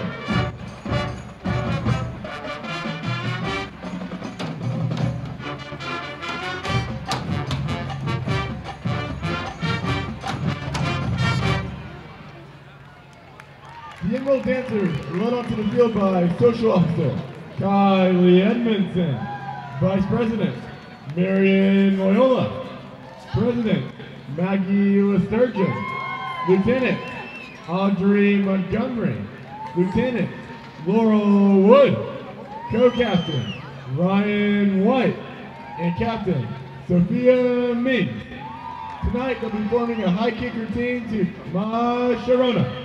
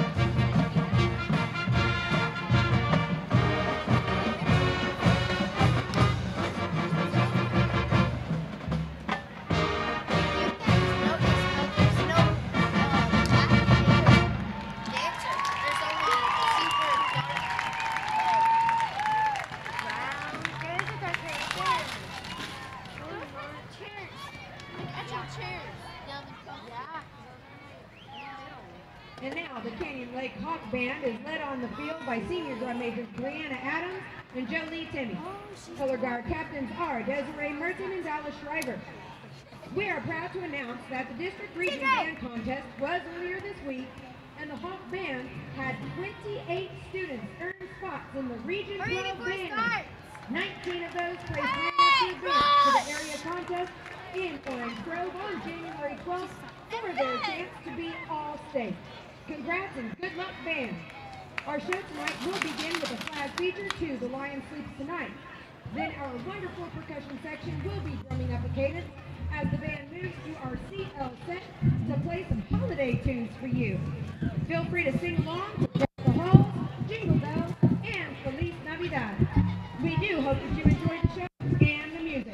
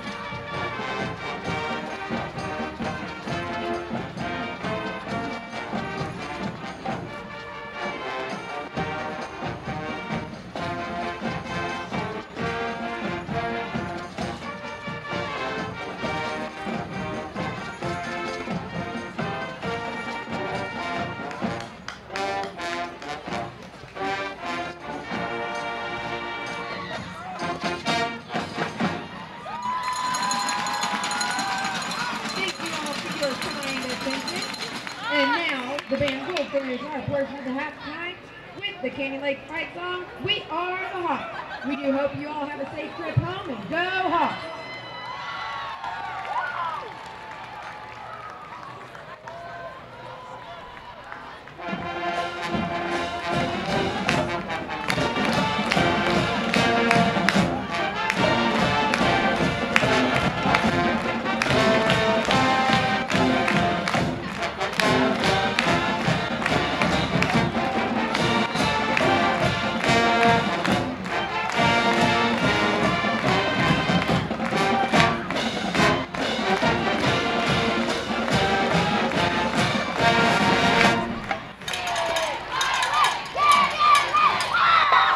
This holiday, let QVC be your guide. There's still time to find deals on specially curated gifts for everyone on your list. Like your favorite techie, any hostess, the prettiest party goer, including you. Find great brands and great deals on new items every day. Get $5 off your first purchase with promo code 54U. Shop now at QVC.com. When you're ready for a break, hurry in to Chicken Express. Let us do all the cooking for you. We always offer high-quality, affordable meals that the entire family will enjoy. Our chicken is never frozen and it's hand-battered fresh, so you can really taste the difference. You can expect fast and friendly service at Chicken Express, whether you dine in, drive through, or drive up. Hurry in and hurry back to Chicken Express.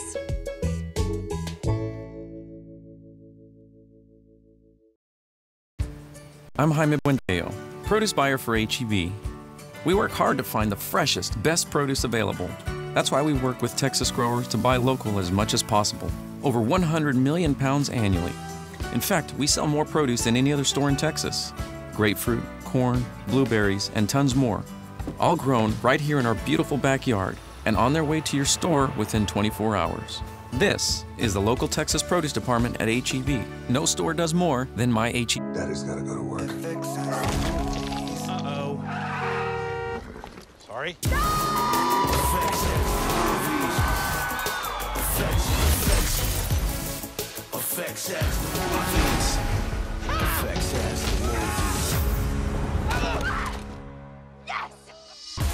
Watch FX, GVTC Digital Cable Channel 527. GVTC, just plain smart.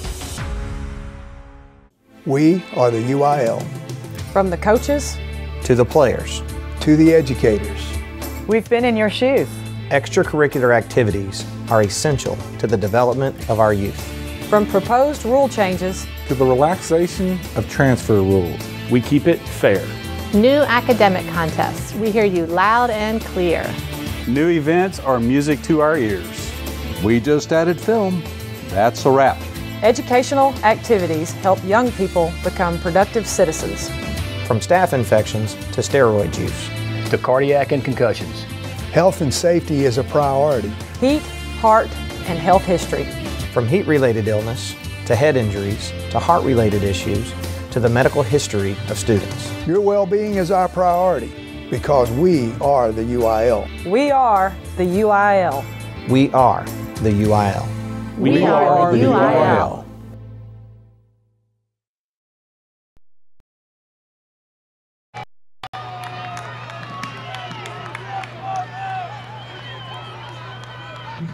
And we are ready to start the second half here from Round Rock. Third quarter about to get underway with Waco La Vega on top 20-7 back here on the Hawks Network. Brent Freeman with Tony Brubaker. The Hawks, a 1 point led 7-6 early in the second quarter, but La Vega has taken over the game since. Can the Hawks get a big stop here to start the second half? Good kickoff to start the half, but a chance for Richards to return. And a block at the back blatantly against Waco La Vega. Richards still returning. And a Hawk is a bit slow to get up following that block in the back. And they're going to charge that to Joshua Bryant. And by the way, that was no ordinary Hawk that took that shot. Tristan Chacon, the one a bit heading off towards the sideline. La Vega will start the third quarter inside of its own 5-yard line. Our head official signaled incorrectly, called blocking the back against the kicking team, which is pretty hard to do. So, La Vega will start again inside of its own 5-yard line. And again, Tony, as we said, this is a big opportunity here for Canyon Lake. Down 13 points, you figure they're not going to get too many possessions offensively in the second half. If they can get a stop here, preferably 3 and out, you could give the offense a short field and a chance to respond. I don't think there's any doubt this has to be a drive La Vega can't score on.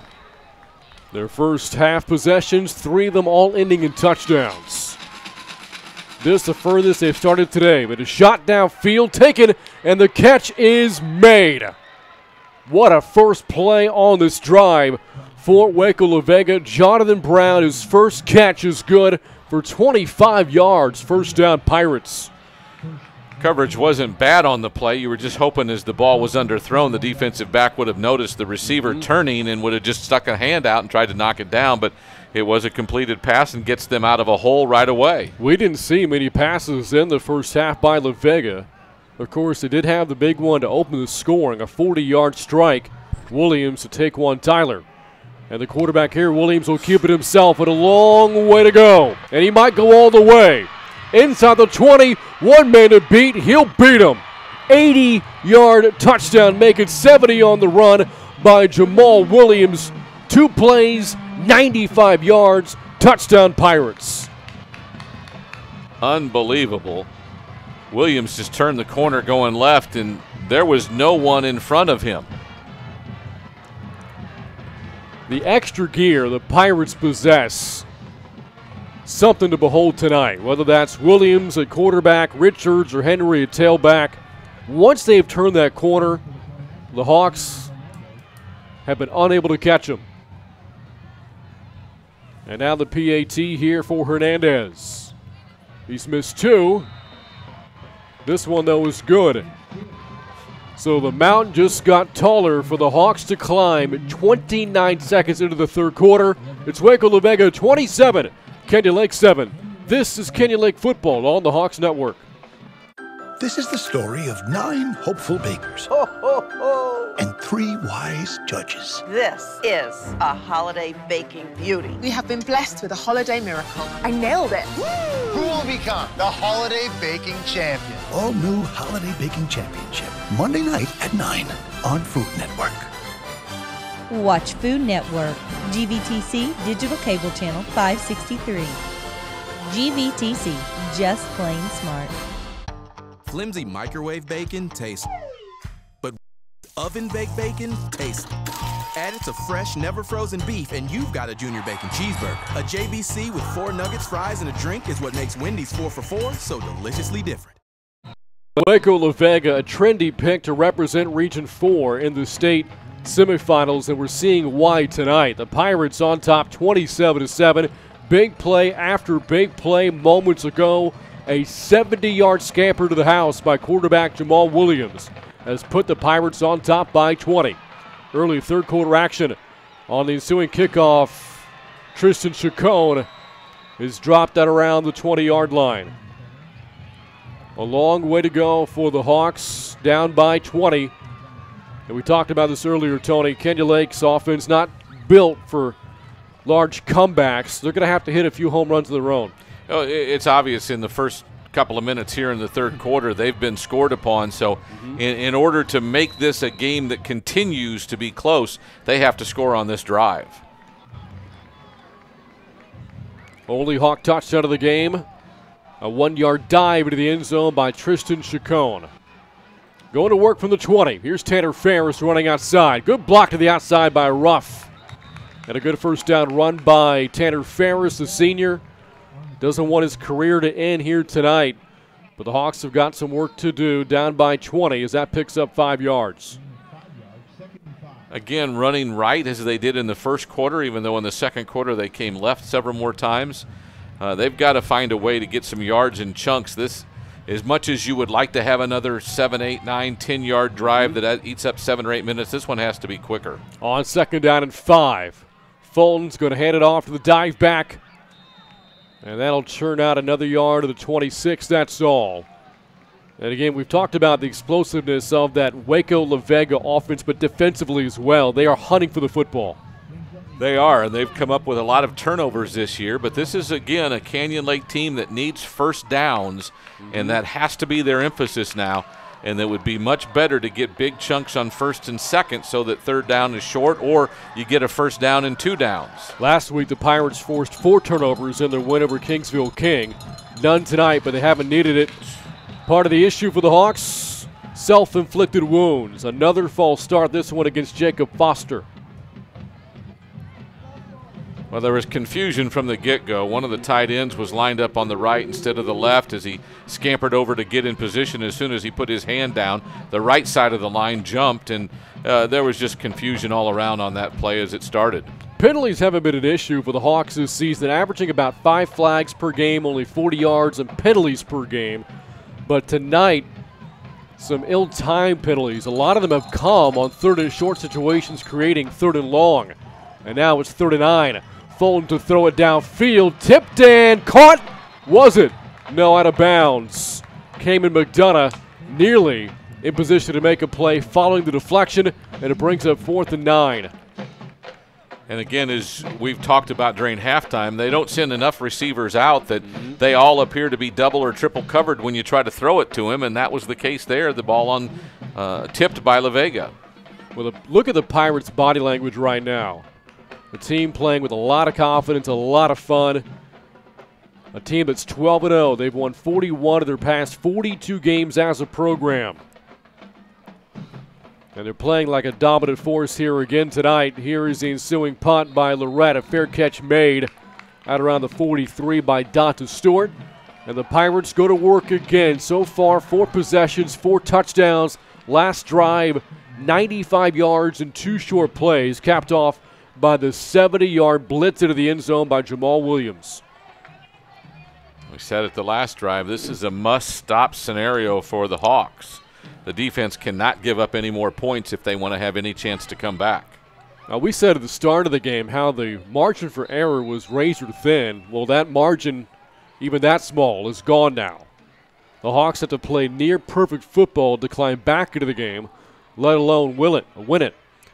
And on first down, it is a run for Henry. There's another cutback move by a Pirate player. And another explosion following the cut as Henry picks up 11 to the 46-yard line.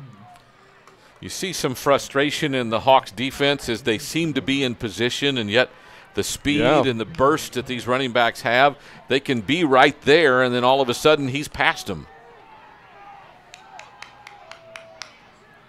And now first half of the 46-yard line. You wouldn't think that many 4A teams would churn out a bunch of college football players because the enrollment numbers are so small. Yet La Vega has been kind of a talent factory. Last year they had 4 players sign letters of intent, and this year's team could have anywhere between 8 or 10. And we're seeing that tonight. Here's Henry again. He's one of them. Stood up, though, at around the 44-yard line. Good tackle by Michael Harwell, holding Henry to a gain of 2. Haven't said that a lot tonight.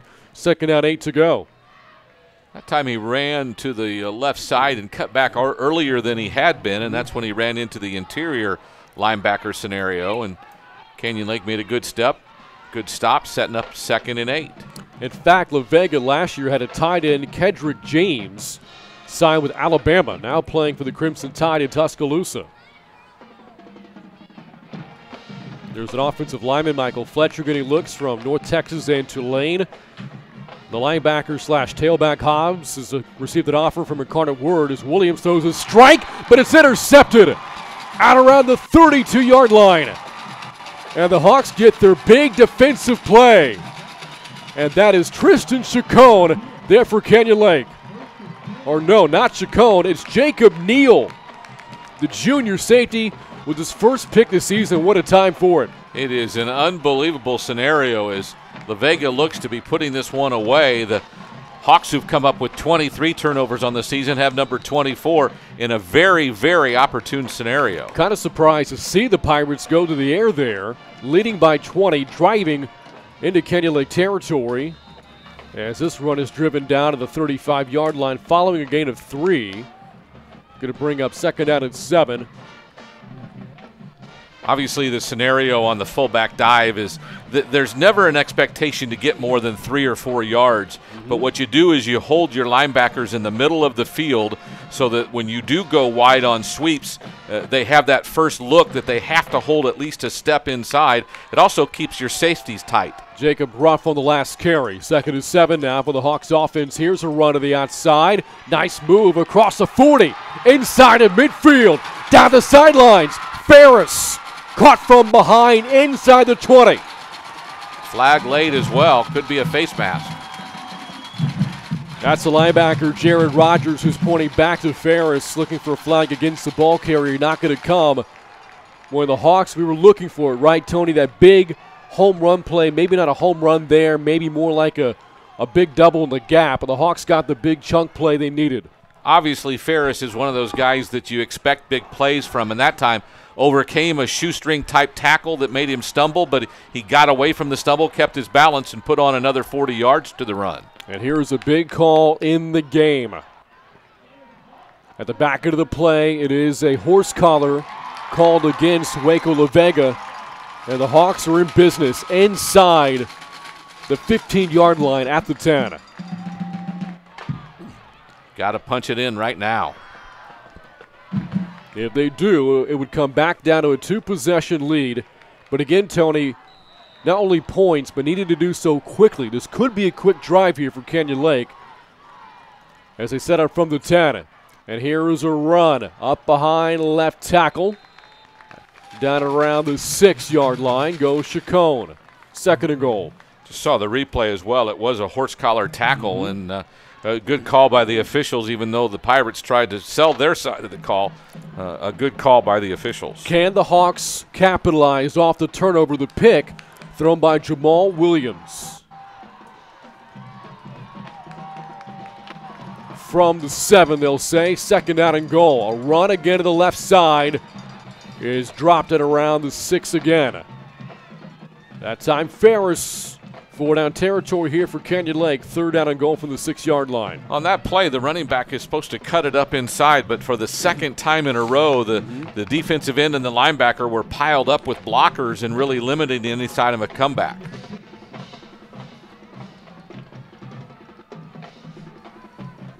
The quarterback Fulton talking to the huddle here, trying to engineer an important scoring drive for Canyon Lake. Their season might hinge on it. From the 6 on 3rd and goal. Here's motion from Ferris. It is a run, a pitch rather to Ferris. Looking for the corner. He's got it. Touchdown, Canyon Lake. Tanner Ferris.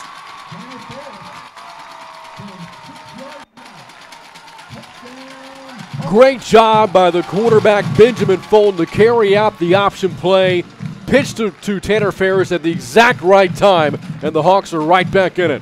Great job by Ferris to take the pitch and not lose stride as he had a foot race to the corner, and he beat La Vega to it. Lorette off of the PAT to make it a 13-point game. And he does. Canyon Lake not going away quietly. Nearly halfway through the 3rd quarter. 27-14, Pirates on top. This is Canyon Lake football on the Hawks Network. There is an army on French soil, trained and funded like no other army in history.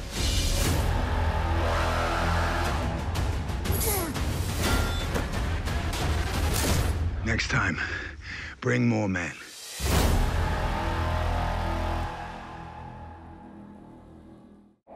Watch History Channel, GVTC Digital Cable Channel 557.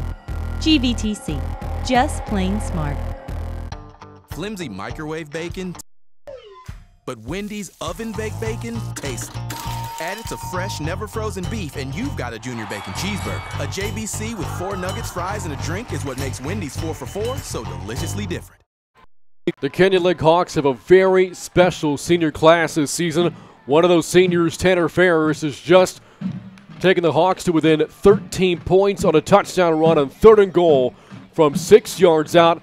32nd career rushing touchdown for the senior Tanner Ferris. A banged-up 2017, dealing with shoulder problems all year long, and able to gut out a big touchdown run for the Hawks here in the 3rd quarter. The ensuing kickoff is a line drive, picked up shy of the 5-yard line is Richards. Flags are in. Richards still running and finally twisted down at around the 27-yard line. Well, the flag was early as the first part of contact happened. Been kind of a flag fest here in the third quarter as well. It is a hold against La Vega. They'll take the football back. Keep in mind that the Pirates have shown they can drive long fields and do so pretty quickly. If you recall, the third quarter began with the football at the 5-yard line, and then bam, 2 plays later, touchdown Pirates. Kind of noticed that time on kick coverage that it looked like the Hawks just outran the coverage. They were running so hard and so fast that when the ball carrier Richards picked it up and started going forward, they just ran right past him. The last offensive play run by La Vega ended in a turnover, a pick thrown by Jamal Williams. Now works from a zone 17-yard line. And there's movement on the right side. The tackle, Michael Fletcher, jump for Waco La Vega. As we're in the midway point of the third quarter, La Vega is starting to show a little sign of uncomfortableness, maybe. You give up a touchdown. You give up a big play as well on that touchdown drive. Remember the big run by Ferris setting up the touchdown of his own. And then the turnover as well. So, yeah, La Vega showing some cracks in the foundation right now as there is another flag thrown against the Pirates.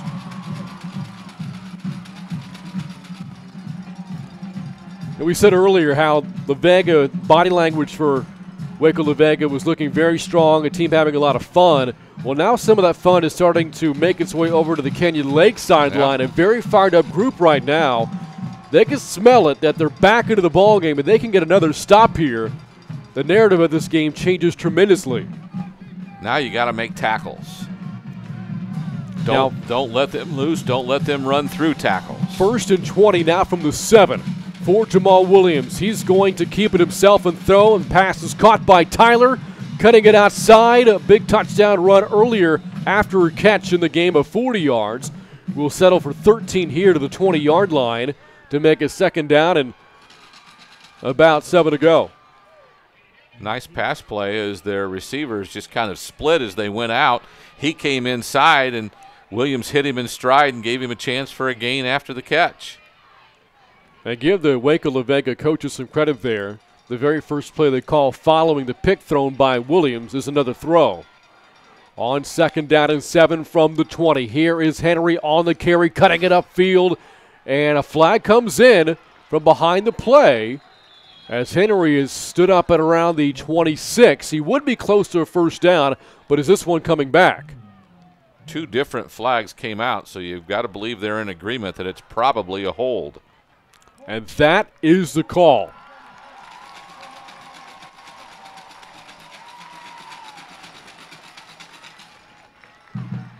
And so the Pirates will have that big second down run erased off the board, and the football will be spotted back at around the 10-yard line. So important here for the Hawks, not just to get a stop and no points on this possession, but to get the punt quickly here. Get that 3 and out now. Yes. On 2nd and 17, it is a run for Henry again, and he is absolutely drilled out around the 15-yard line, and that is going to set up 3rd down and about 12 to go here for Canyon Lake, and a big opportunity for the Hawks defense. Lorette, the one that put the lick on him that time, and Lorette's one of those guys who's had a couple put on him, so he thought he'd get a little payback. He's had a good game tonight, has Lorette. A lot of Hawks defenders have played well. They've been in position so many times, but can they make that big tackle? About to find out here on 3rd down and 12 to go. It is a run for Henry. Up the left side, and the Hawks finally get that big tackle on 3rd down. Their first 3rd down stop tonight. Michael Harwell was there along with a few of his teammates, and it brings out the punting unit. I'm telling you what, Henry bounced off not 1, not 2, not 3 tacklers, but it was not until he met the 4th and 5th Hawks that he was brought down, but a great stop by the Hawks. So for the first time tonight, we take a look at the punter, Jarquay Walton, for Waco La Vega. And maybe a short field coming up here for Canyon Lake. Lorette back to return.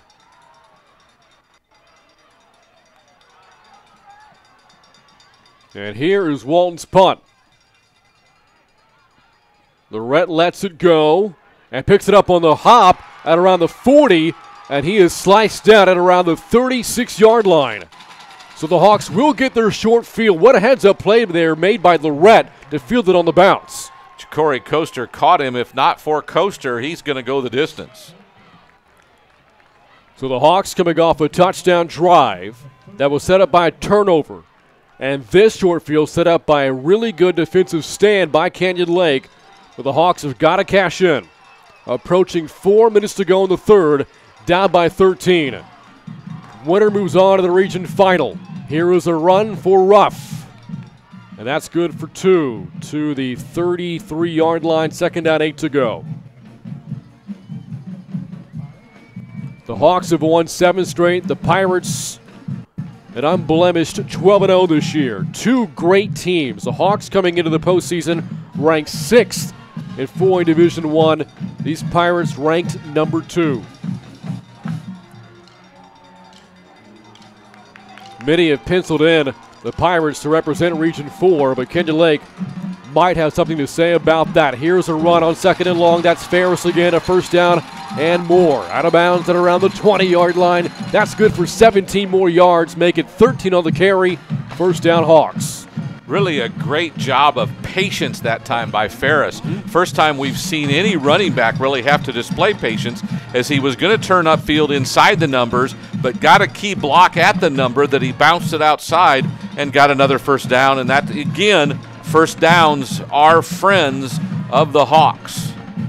Hawks offense has come to life here in this third quarter.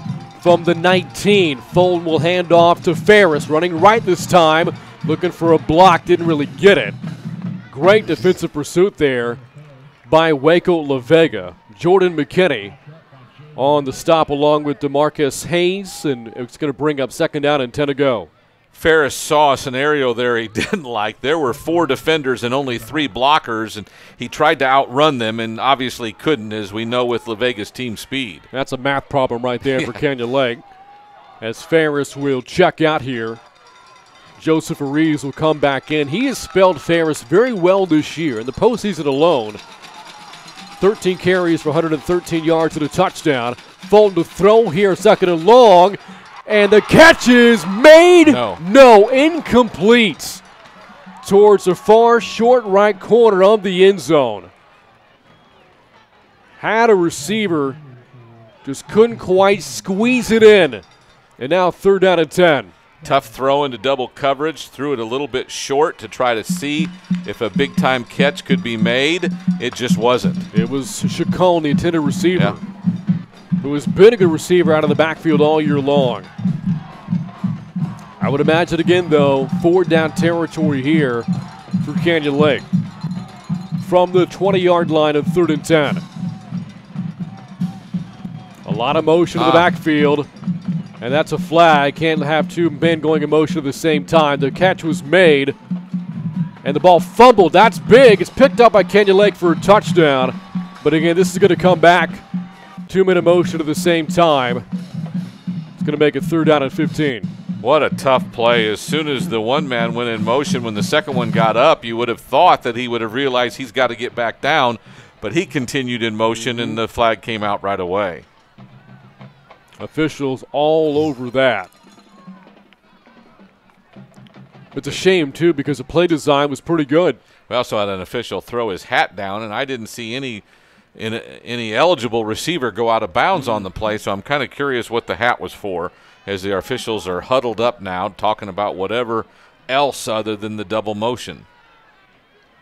Now, if Jacob Ruff, who's the one that caught the pass, was the one who stepped out and was the first to touch the ball, that means it'll be 2 flags against Canyon Lake on this play.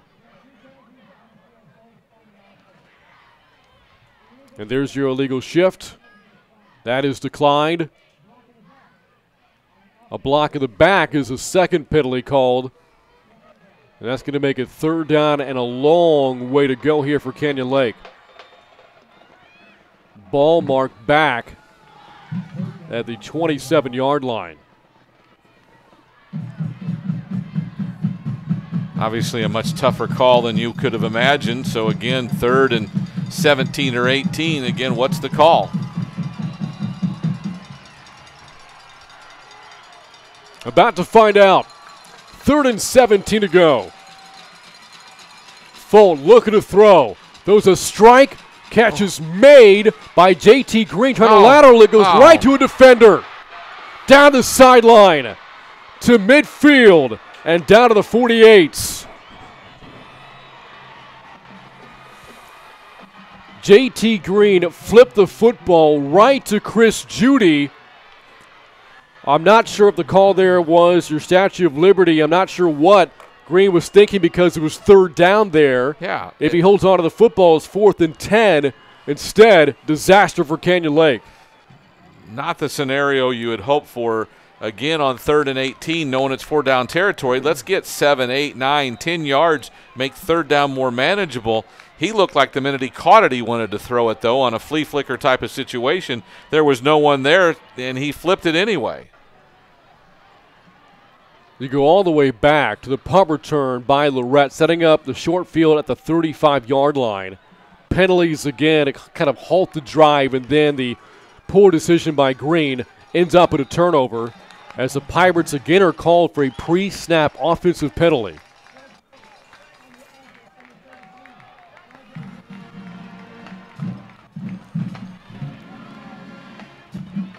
And for the Hawks, that is their 4th turnover of this postseason.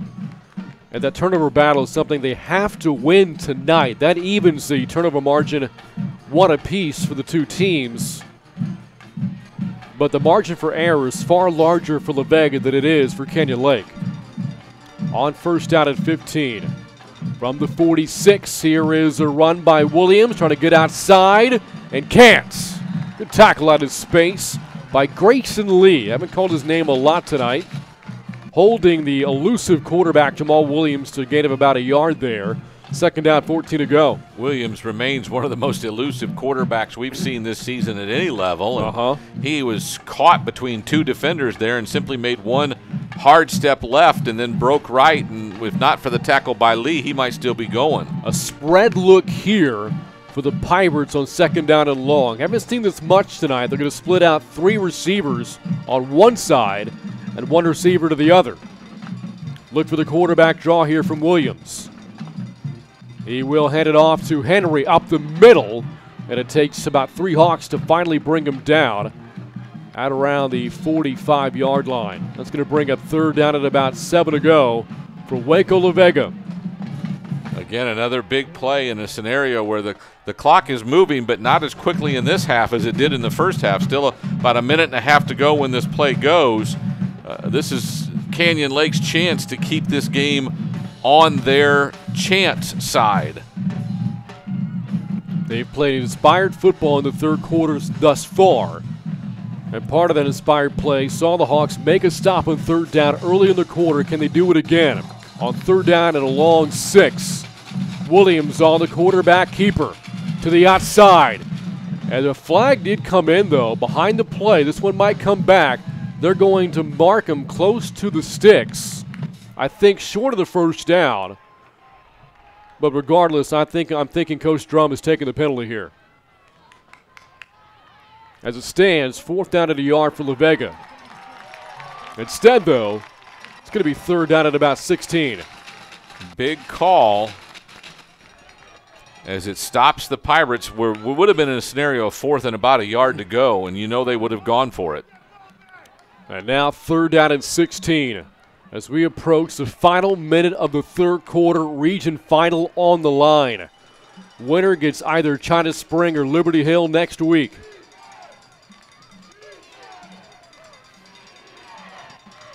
Each of these teams, including tonight, 4 wins away from a state championship as the Pirates call for a timeout. They have 2 left, 27-14, the Waco La Vega lead. You heard Tony mention, Jamal Williams, one of the best quarterbacks we've seen this season, all levels, referring to our time this year covering Smithson Valley football. A tip of the cap to our fellow Comal ISD program. A great season for the Rangers. They won the 27-6A title, one of the tougher districts in the state, but they ran into a buzzsaw in Austin Westlake last week. Well, again, let me reiterate, the district title is simply amazing when you look at what was in that district this year as far as state-ranked teams. Mm-hmm. And then, yes, last weekend at Alamo Stadium, Westlake, similar to Lake Travis the year before, just a well-oiled machine that has so much tradition and ability, and they operate like a team far above most of the teams you see weekly. Out of the timeout, 3rd down, 16 to go for Waco La Vega. They have to reach the Canyon Lake 39 for a first down. Soft coverage here from the Hawks secondary. Williams, little screen, nearly picked off. A dangerous throw. Harwell was right there for Canyon Lake. That pass intended for Joshua Bryant. And not a wise decision there by Jamal Williams, nearly threw his second pick. But a stop, and the clock stops. Still 52 seconds in the third as you get ready for another punt reception. The Hawks with some confusion here, getting out their special teams unit to return this punt. A man late coming off will do so just in time. And here's Walton to punt. Rugby style, actually was Joshua Bryant.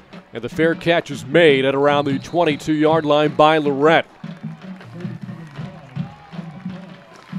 Can the Hawks reel off one of those home run plays again? We did see Ferris piece together a big run earlier in the quarter. Down by 13 with 44 seconds to go in the third and the full fourth quarter awaiting. Canyon Lake's going to need some big plays here. And you've got to put together a 78-yard drive and do it in less than 6 minutes, really is the goal. The last possession ended in a turnover on 3rd down. Here is Ferris on the run. Nope, Fulton kept it himself, and the quarterback churns out about 5 yards up at the 27-yard line. 2nd down, 5 to go, final 30 seconds of the third. You mentioned the Rangers a minute ago. That's similar to what we might see Levi Williams do as he faked the handoff going to the right side and simply spun himself back into the straight-ahead run into the linebackers. On 2nd down. And here's a run to the left side. That time, not much doing for the Hawks. And that will be the final play of the third quarter. A run that sets up 3rd down and 4. 12 minutes left in the region semifinal. Hawks within striking distance, but still work to be done. It's Waco La Vega 27, Canyon Lake 14. This is Canyon Lake football on the Hawks Network. Rolls to his right, fires downfield, has McDonough at the 25, far sideline, gets a block, 10, 5, touchdown! Runner tag, throw down a home plate. On line, throw back to 3rd, tag is in time! And I now have the privilege of presenting a valedictorian award for Canyon Lake High School to Erica Colston. You're watching Hawks Network!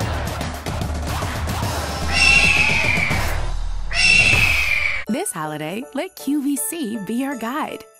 There's still time to find deals on specially curated gifts for everyone on your list. Like your favorite techie, any hostess,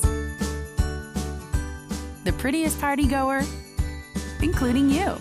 Find great brands and great deals on new items every day. Get $5 off your first purchase with promo code 54U. Shop now at Fourth quarter action underway. Canyon Lake down by 13 to start the fourth quarter. And the first play of the fourth is a short run by Canyon Lake's Tanner Ferris. Big game for him all night tonight. That run, though, not enough for the first down. And a big 4th and 2 coming up for Canyon Lake, down 27-14 as we start the fourth quarter. And I don't think there's any doubt that they'll go for it, but first we'll have a timeout. And there's a Hawk down. Oh, maybe not. Maybe an injury timeout. On the sideline.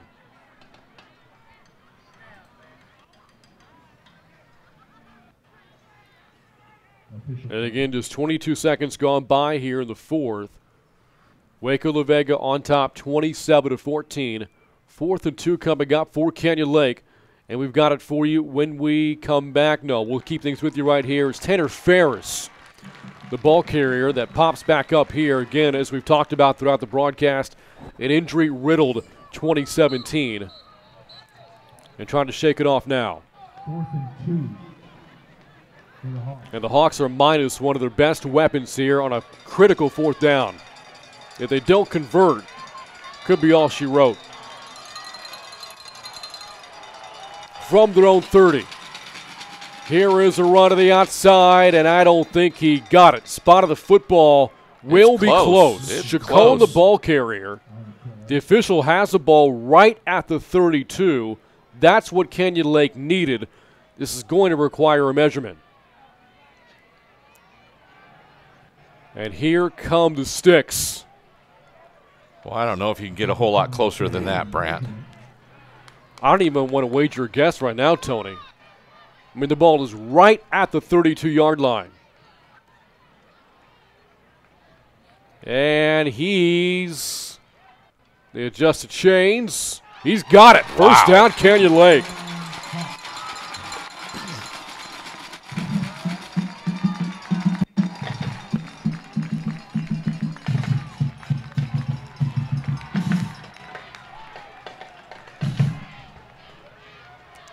So the Hawks get what they need to keep this drive alive and maybe their season. An historic one at Canyon Lake. It is December 1st. This is the first time ever the Hawks have played December football. First down run to the right side again.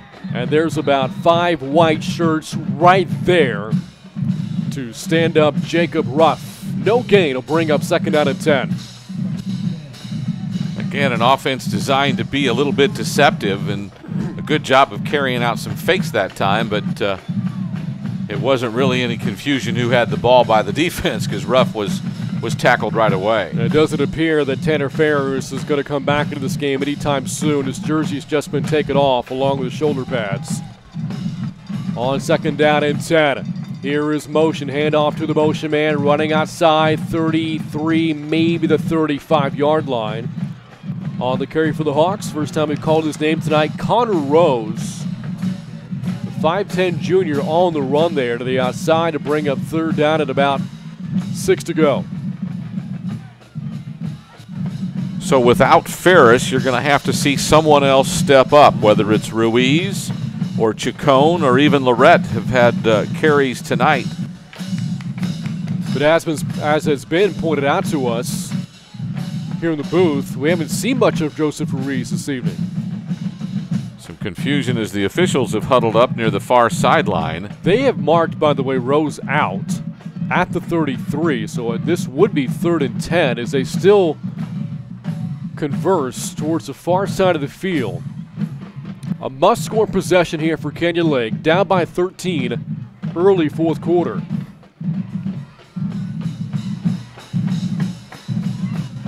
And now this College Station crew will make the call a personal foul against Waco La Vega. Wow. Towards the back end of the play. And boy, penalties have been a huge storyline in this game tonight, really both ways.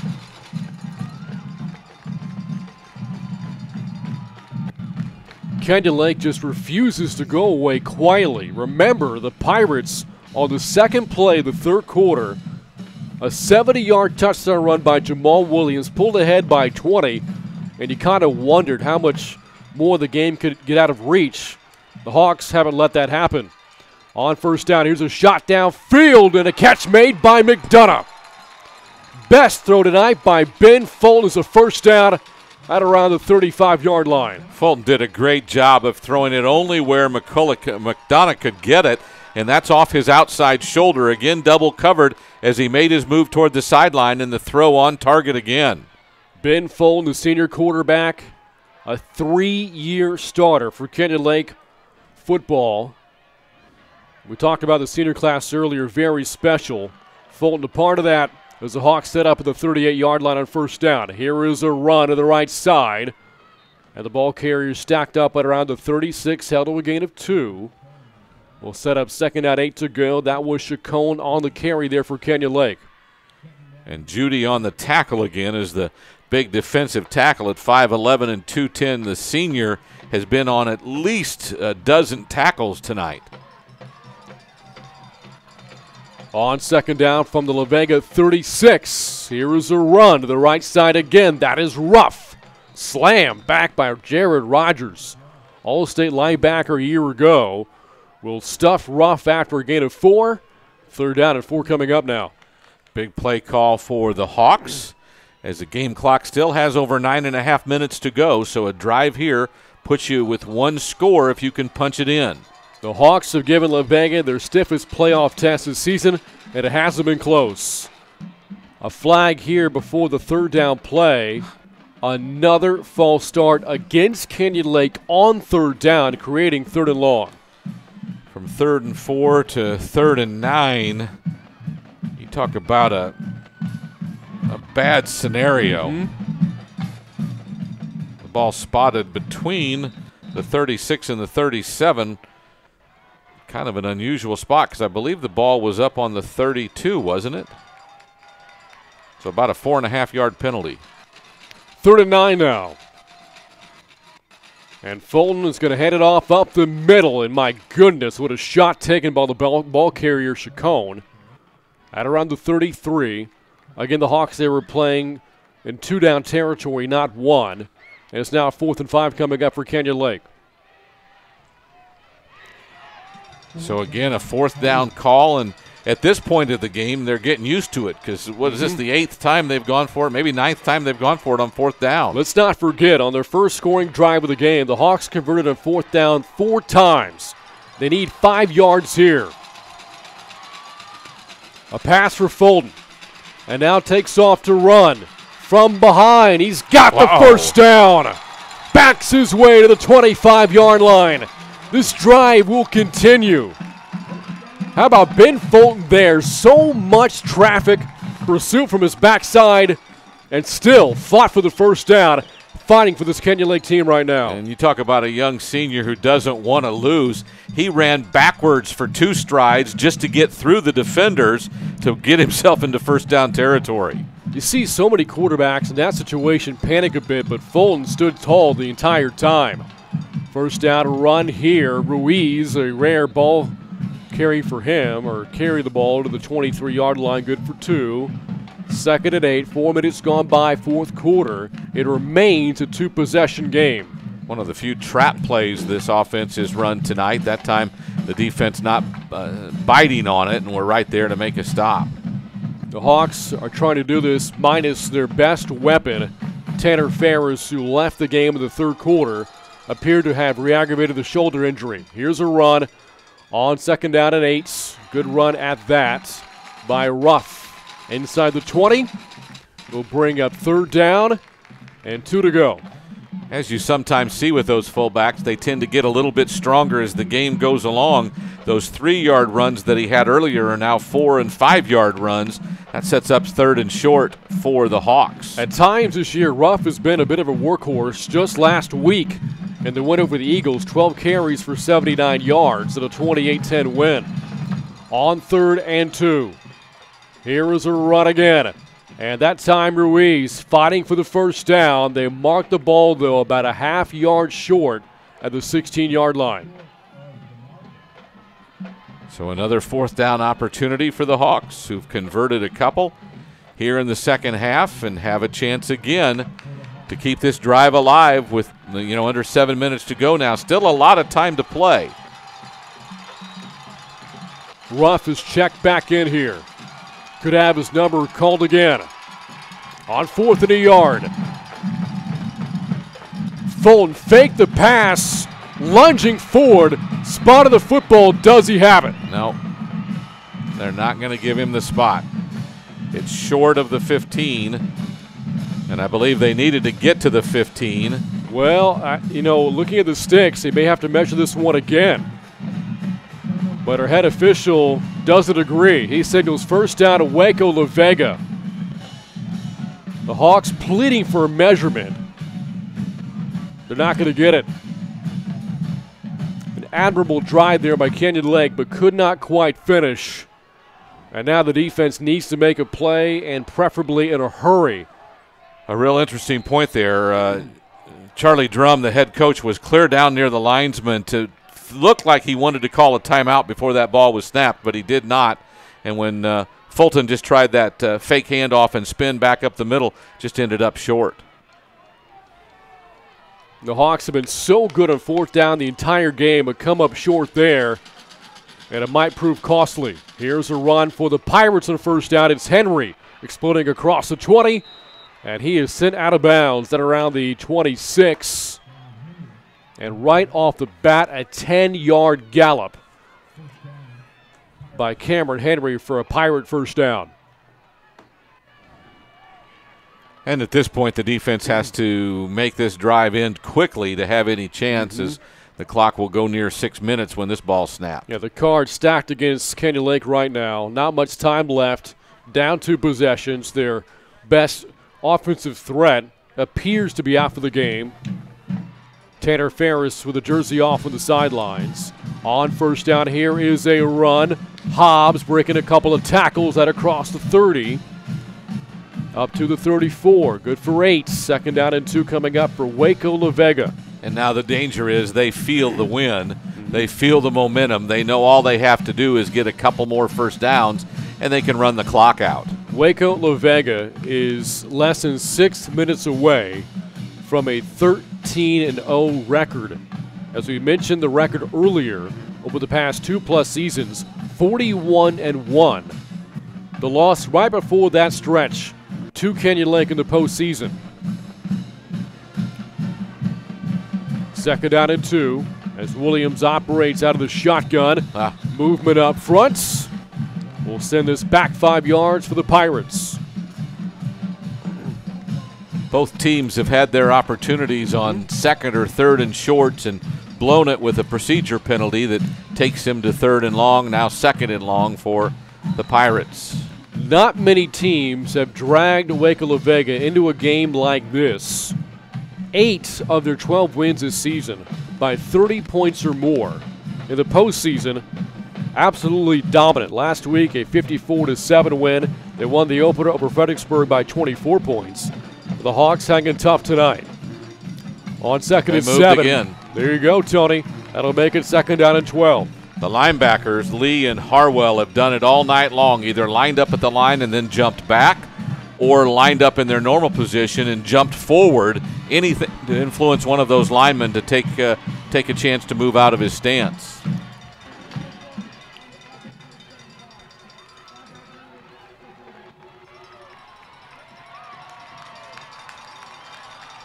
Keep note of the timeout situation as well, by the way. The Hawks do have all 3 remaining.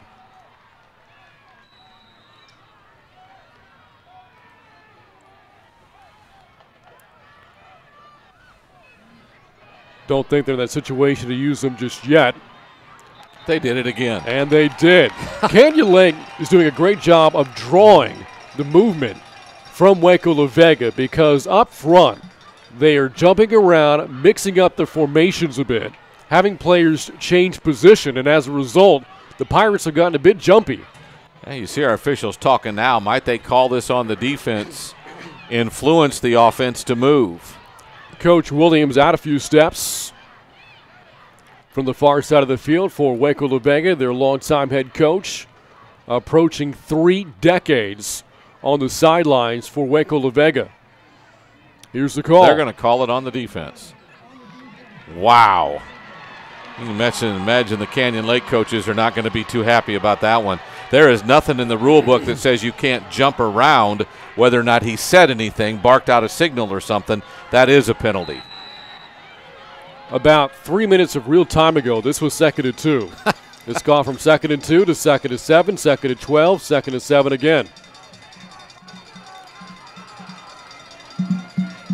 Bottom line is their offensive line needs to quit jumping. Play clock winding down here for the quarterback Williams on second down. It is a run for Henry. Stood up by Ross Snowden, I beg your pardon. Senior again has had a great season. Got banged up earlier in the game. Fought back to come back in. And now 3rd down and 6 for La Vega. Final 5 minutes, 4th quarter. Season on the line for Canyon Lake. They've got to get a stop right now to have a shot. And the Pirates are going to use as much clock as they can. Not a position Waco La Vega has been in much this year. Managing a game, winding down clock, having to outlast an opponent. They've won so many games in lopsided fashion. Not the case tonight. Here is Hobbs across the 35 at a 1st down. Camache Hobbs. Great postseason, averaging more than 15 yards a carry through 2 games. And that one, good for close to 10 yards and moves the sticks. That is a backbreaker if you're a Canyon Lake fan right now, because that 1st down allows them a chance to probably run at least another 2 minutes off the clock, and there's nothing Canyon Lake needs more right now than a stop and a turnover. And Coach Drum might start thinking about using those timeouts. He's got 3 of them left. This next snap will come inside of 4 minutes to go in the game.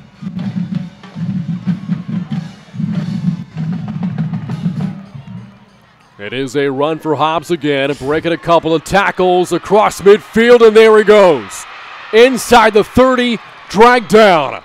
At around the 22-yard line, Camache Hobbs has put the Pirates on his back over the past couple of plays. And now La Vega is smelling a region final trip. Hobbs did a great job of just a little stutter step, if you will, a little hesitation move as he turned the corner and then exploded through an opening. Good job of chasing him down, but another 1st down for the Pirates. Gives him a great chance to seal this one on this drive. You notice just how patient the Pirates have been, the runners have been in the backfield, whether that's been Hobbs or Richards, who left the game earlier, banged up, by the way, Henry as well. This team is good, as its ranking would suggest. Hobbs again, his number called. Inside the 20, breaks a tackle, and scores. The game-sealing touchdown scored by Camache Hobbs, and the Pirates have a 19-point lead with 3 minutes to go. We talked at the very beginning of the game that the running backs for the Pirates would be a reason why they could win the game. And between Richards and Hobbs and Henry, they've all been dazzling tonight at times. And again, they score to go up now 33-14 with the extra point to come. You can't help but wonder if the Hawks got just 6 more inches on the 4th down play in the previous drive, how the game would have turned out. That's football for you. Yeah. A game of inches. All the time. La Vega lining up to go for 2 for an even 21-point lead. And Coach Williams will talk about it even further. Assuming that the Hawks don't piece together the miracle of miracles here, La Vega will face a district opponent next week in the region final, either China Spring or Liberty Hill. This year, the Pirates beat both teams. They beat Liberty Hill on the road by 15, 33-18 back in week 7. And beat China Spring 20-10 back in week 8. So China Spring gave La Vega their stiffest test in the regular season. Last we heard, they were up over Liberty Hill by 7 early 2nd half.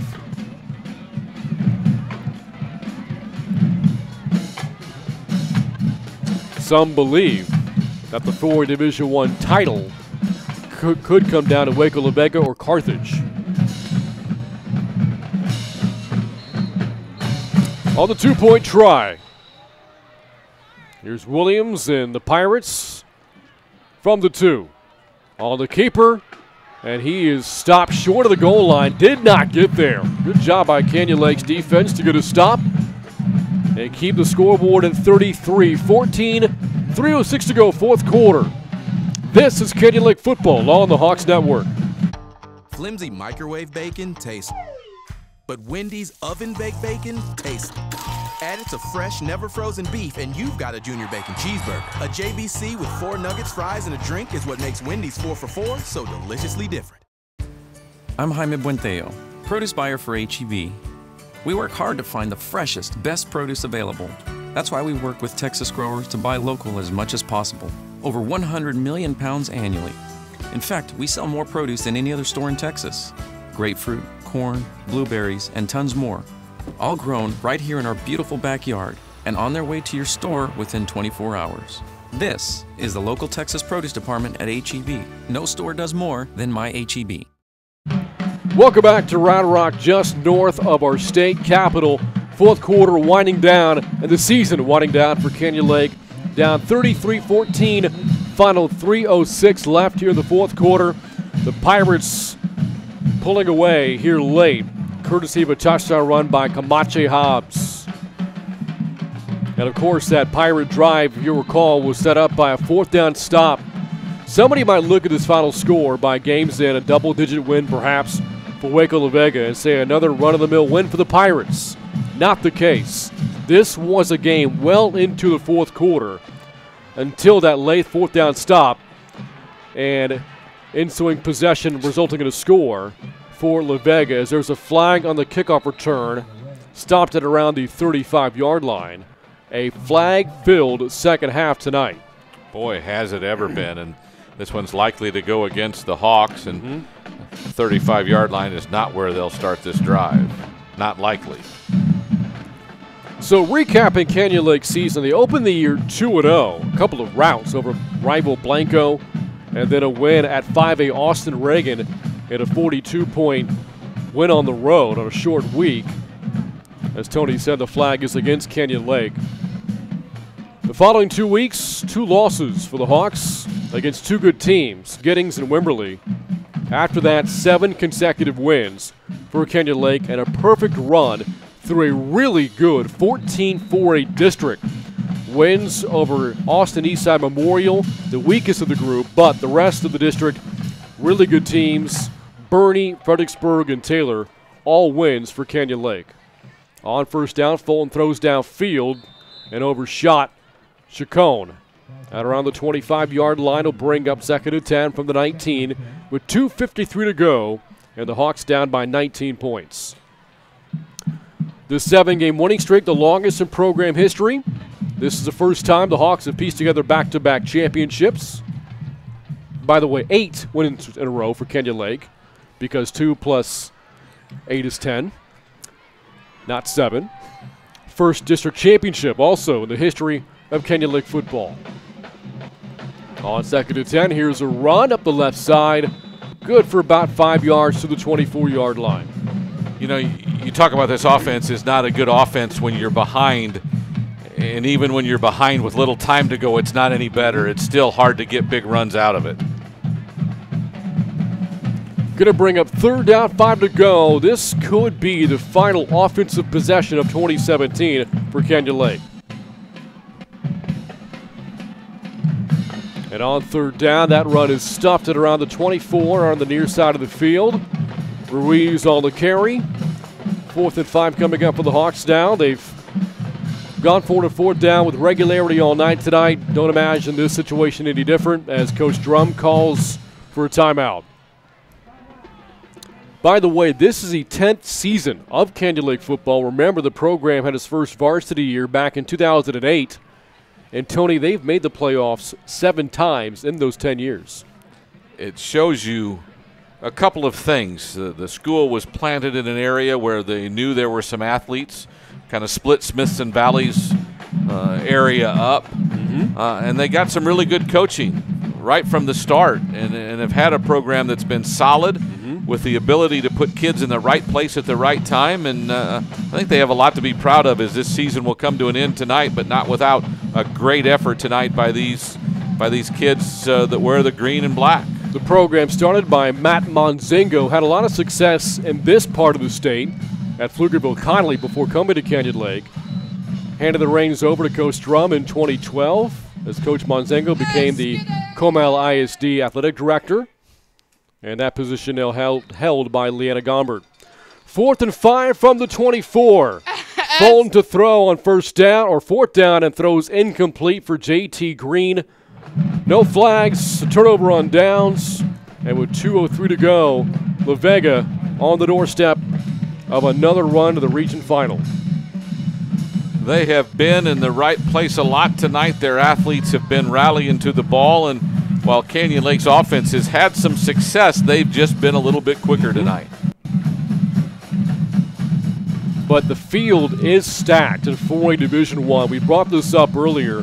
Several top 10 teams still playing, 9 of them in fact, although one of them is going down tonight in Canyon Lake. Another in the other semifinal. China Spring is ranked 10th in the state in 4A Division I. Liberty Hill ranked 7th, but there's also first-ranked Carthage, number 3 Argyle, 8th-ranked Stephenville, and 4th-ranked Kennedale, all still playing in 4A D1. Here's a run for Henry on first down. Turns a corner as a flag is thrown. This play will come back. Henry is dropped at around the 10. Another hold coming up here against Waco La Vega. That hold out in the receiver area where the 2 receivers were lead blockers on the play, and thrown right at, I believe, number 12, which is Tyler. And it will bring the carry back. So, Tony, we've all heard those names before, the programs, Carthage, Argyle, Stephenville. You and I don't see them very much. You look at 6A and the projected Region 4 final there, we have seen those 2 teams, Austin Westlake and Steele, on a collision path for the region final. You talk about those 2 programs. Westlake, we've seen them recently. Steele is a team that, what were we saying back in September? What happened to Steele? Right. What happened to them is they're in the region finals. They started 1-4, have not lost since then. But you go back to their early season schedule, Murderers Row for the Knights. Penalty, by the way, marks the ball back at the 30-yard line. Clock ticking at 1:50 left. The officials now talking about the clock. With the Pirates on top comfortably by 19. Our field judge didn't like the clock starting at that point, and I'm not real sure why, but he came up to talk with our referee, Aaron Morris, and now he goes back to his spot, and we will again reset the shot or the play clock at 25 with 1:50 to go. And La Vega is going to try to see if they can run out this clock. Go back to Steele. Again, that first month of the season, they had games against Lake Travis, O'Connor, Smithson Valley, and Judson. All losses. No shame in that. Made a quarterback change, and they have bounced right back. On first down and long, here is a run to a backup tailback inside the 25, inside the 20, all the way down to the 12-yard line. First carry tonight for Michael Shepard, as the trio of backs, the bell cows in this case for La Vega, Hobbs, Richards, and Henry, their night should be done with a game in hand. Also got some different offensive linemen out on the field, and time for some backups to get some minutes in this one on both sides. And 4A, you don't have that luxury a whole lot. Some cases, guys playing both ways, not a lot of depth in numbers. Although it is worth noting how many guys are on the sideline tonight for Waco La Vega. Williams does remain at quarterback here. Following the first down run, he will take a knee. And we'll need to do that one more time before this game is official. But again, what a season for Canyon Lake. 10 wins, district championship, a run to the region semifinals, all firsts in Hawks history. Nothing to be ashamed of in the 2017 season, ending against one of the best the state has to offer in Waco La Vega. And they were game with these Pirates for a good chunk of it, until very late when the Pirates put the game away as Williams takes a final knee, and that will do it. Waco La Vega moving on. Canyon Lake going back home. Final score from Round Rock. Waco La Vega 33, Canyon Lake 14. Back to wrap things up. This is Canyon Lake football on the Hawks Network. I'm Jaime Buenteo, produce buyer for HEB. We work hard to find the freshest, best produce available. That's why we work with Texas growers to buy local as much as possible. Over 100 million pounds annually. In fact, we sell more produce than any other store in Texas. Grapefruit, corn, blueberries, and tons more. all grown right here in our beautiful backyard and on their way to your store within 24 hours. This is the local Texas Produce Department at H-E-B. No store does more than my H-E-B.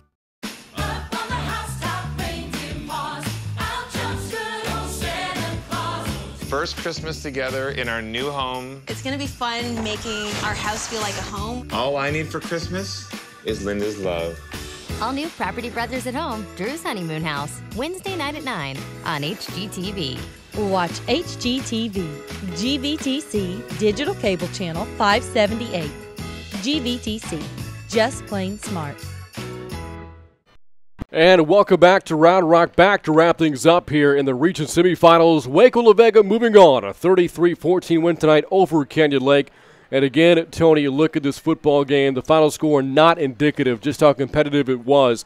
Canyon Lake, you thought early second half they might be in a lot of trouble when the Pirates reeled off a 70-yard play to take a 20-point lead, but the Hawks didn't go away quietly.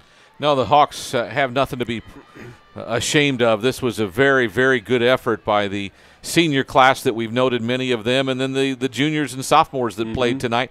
They all played hard.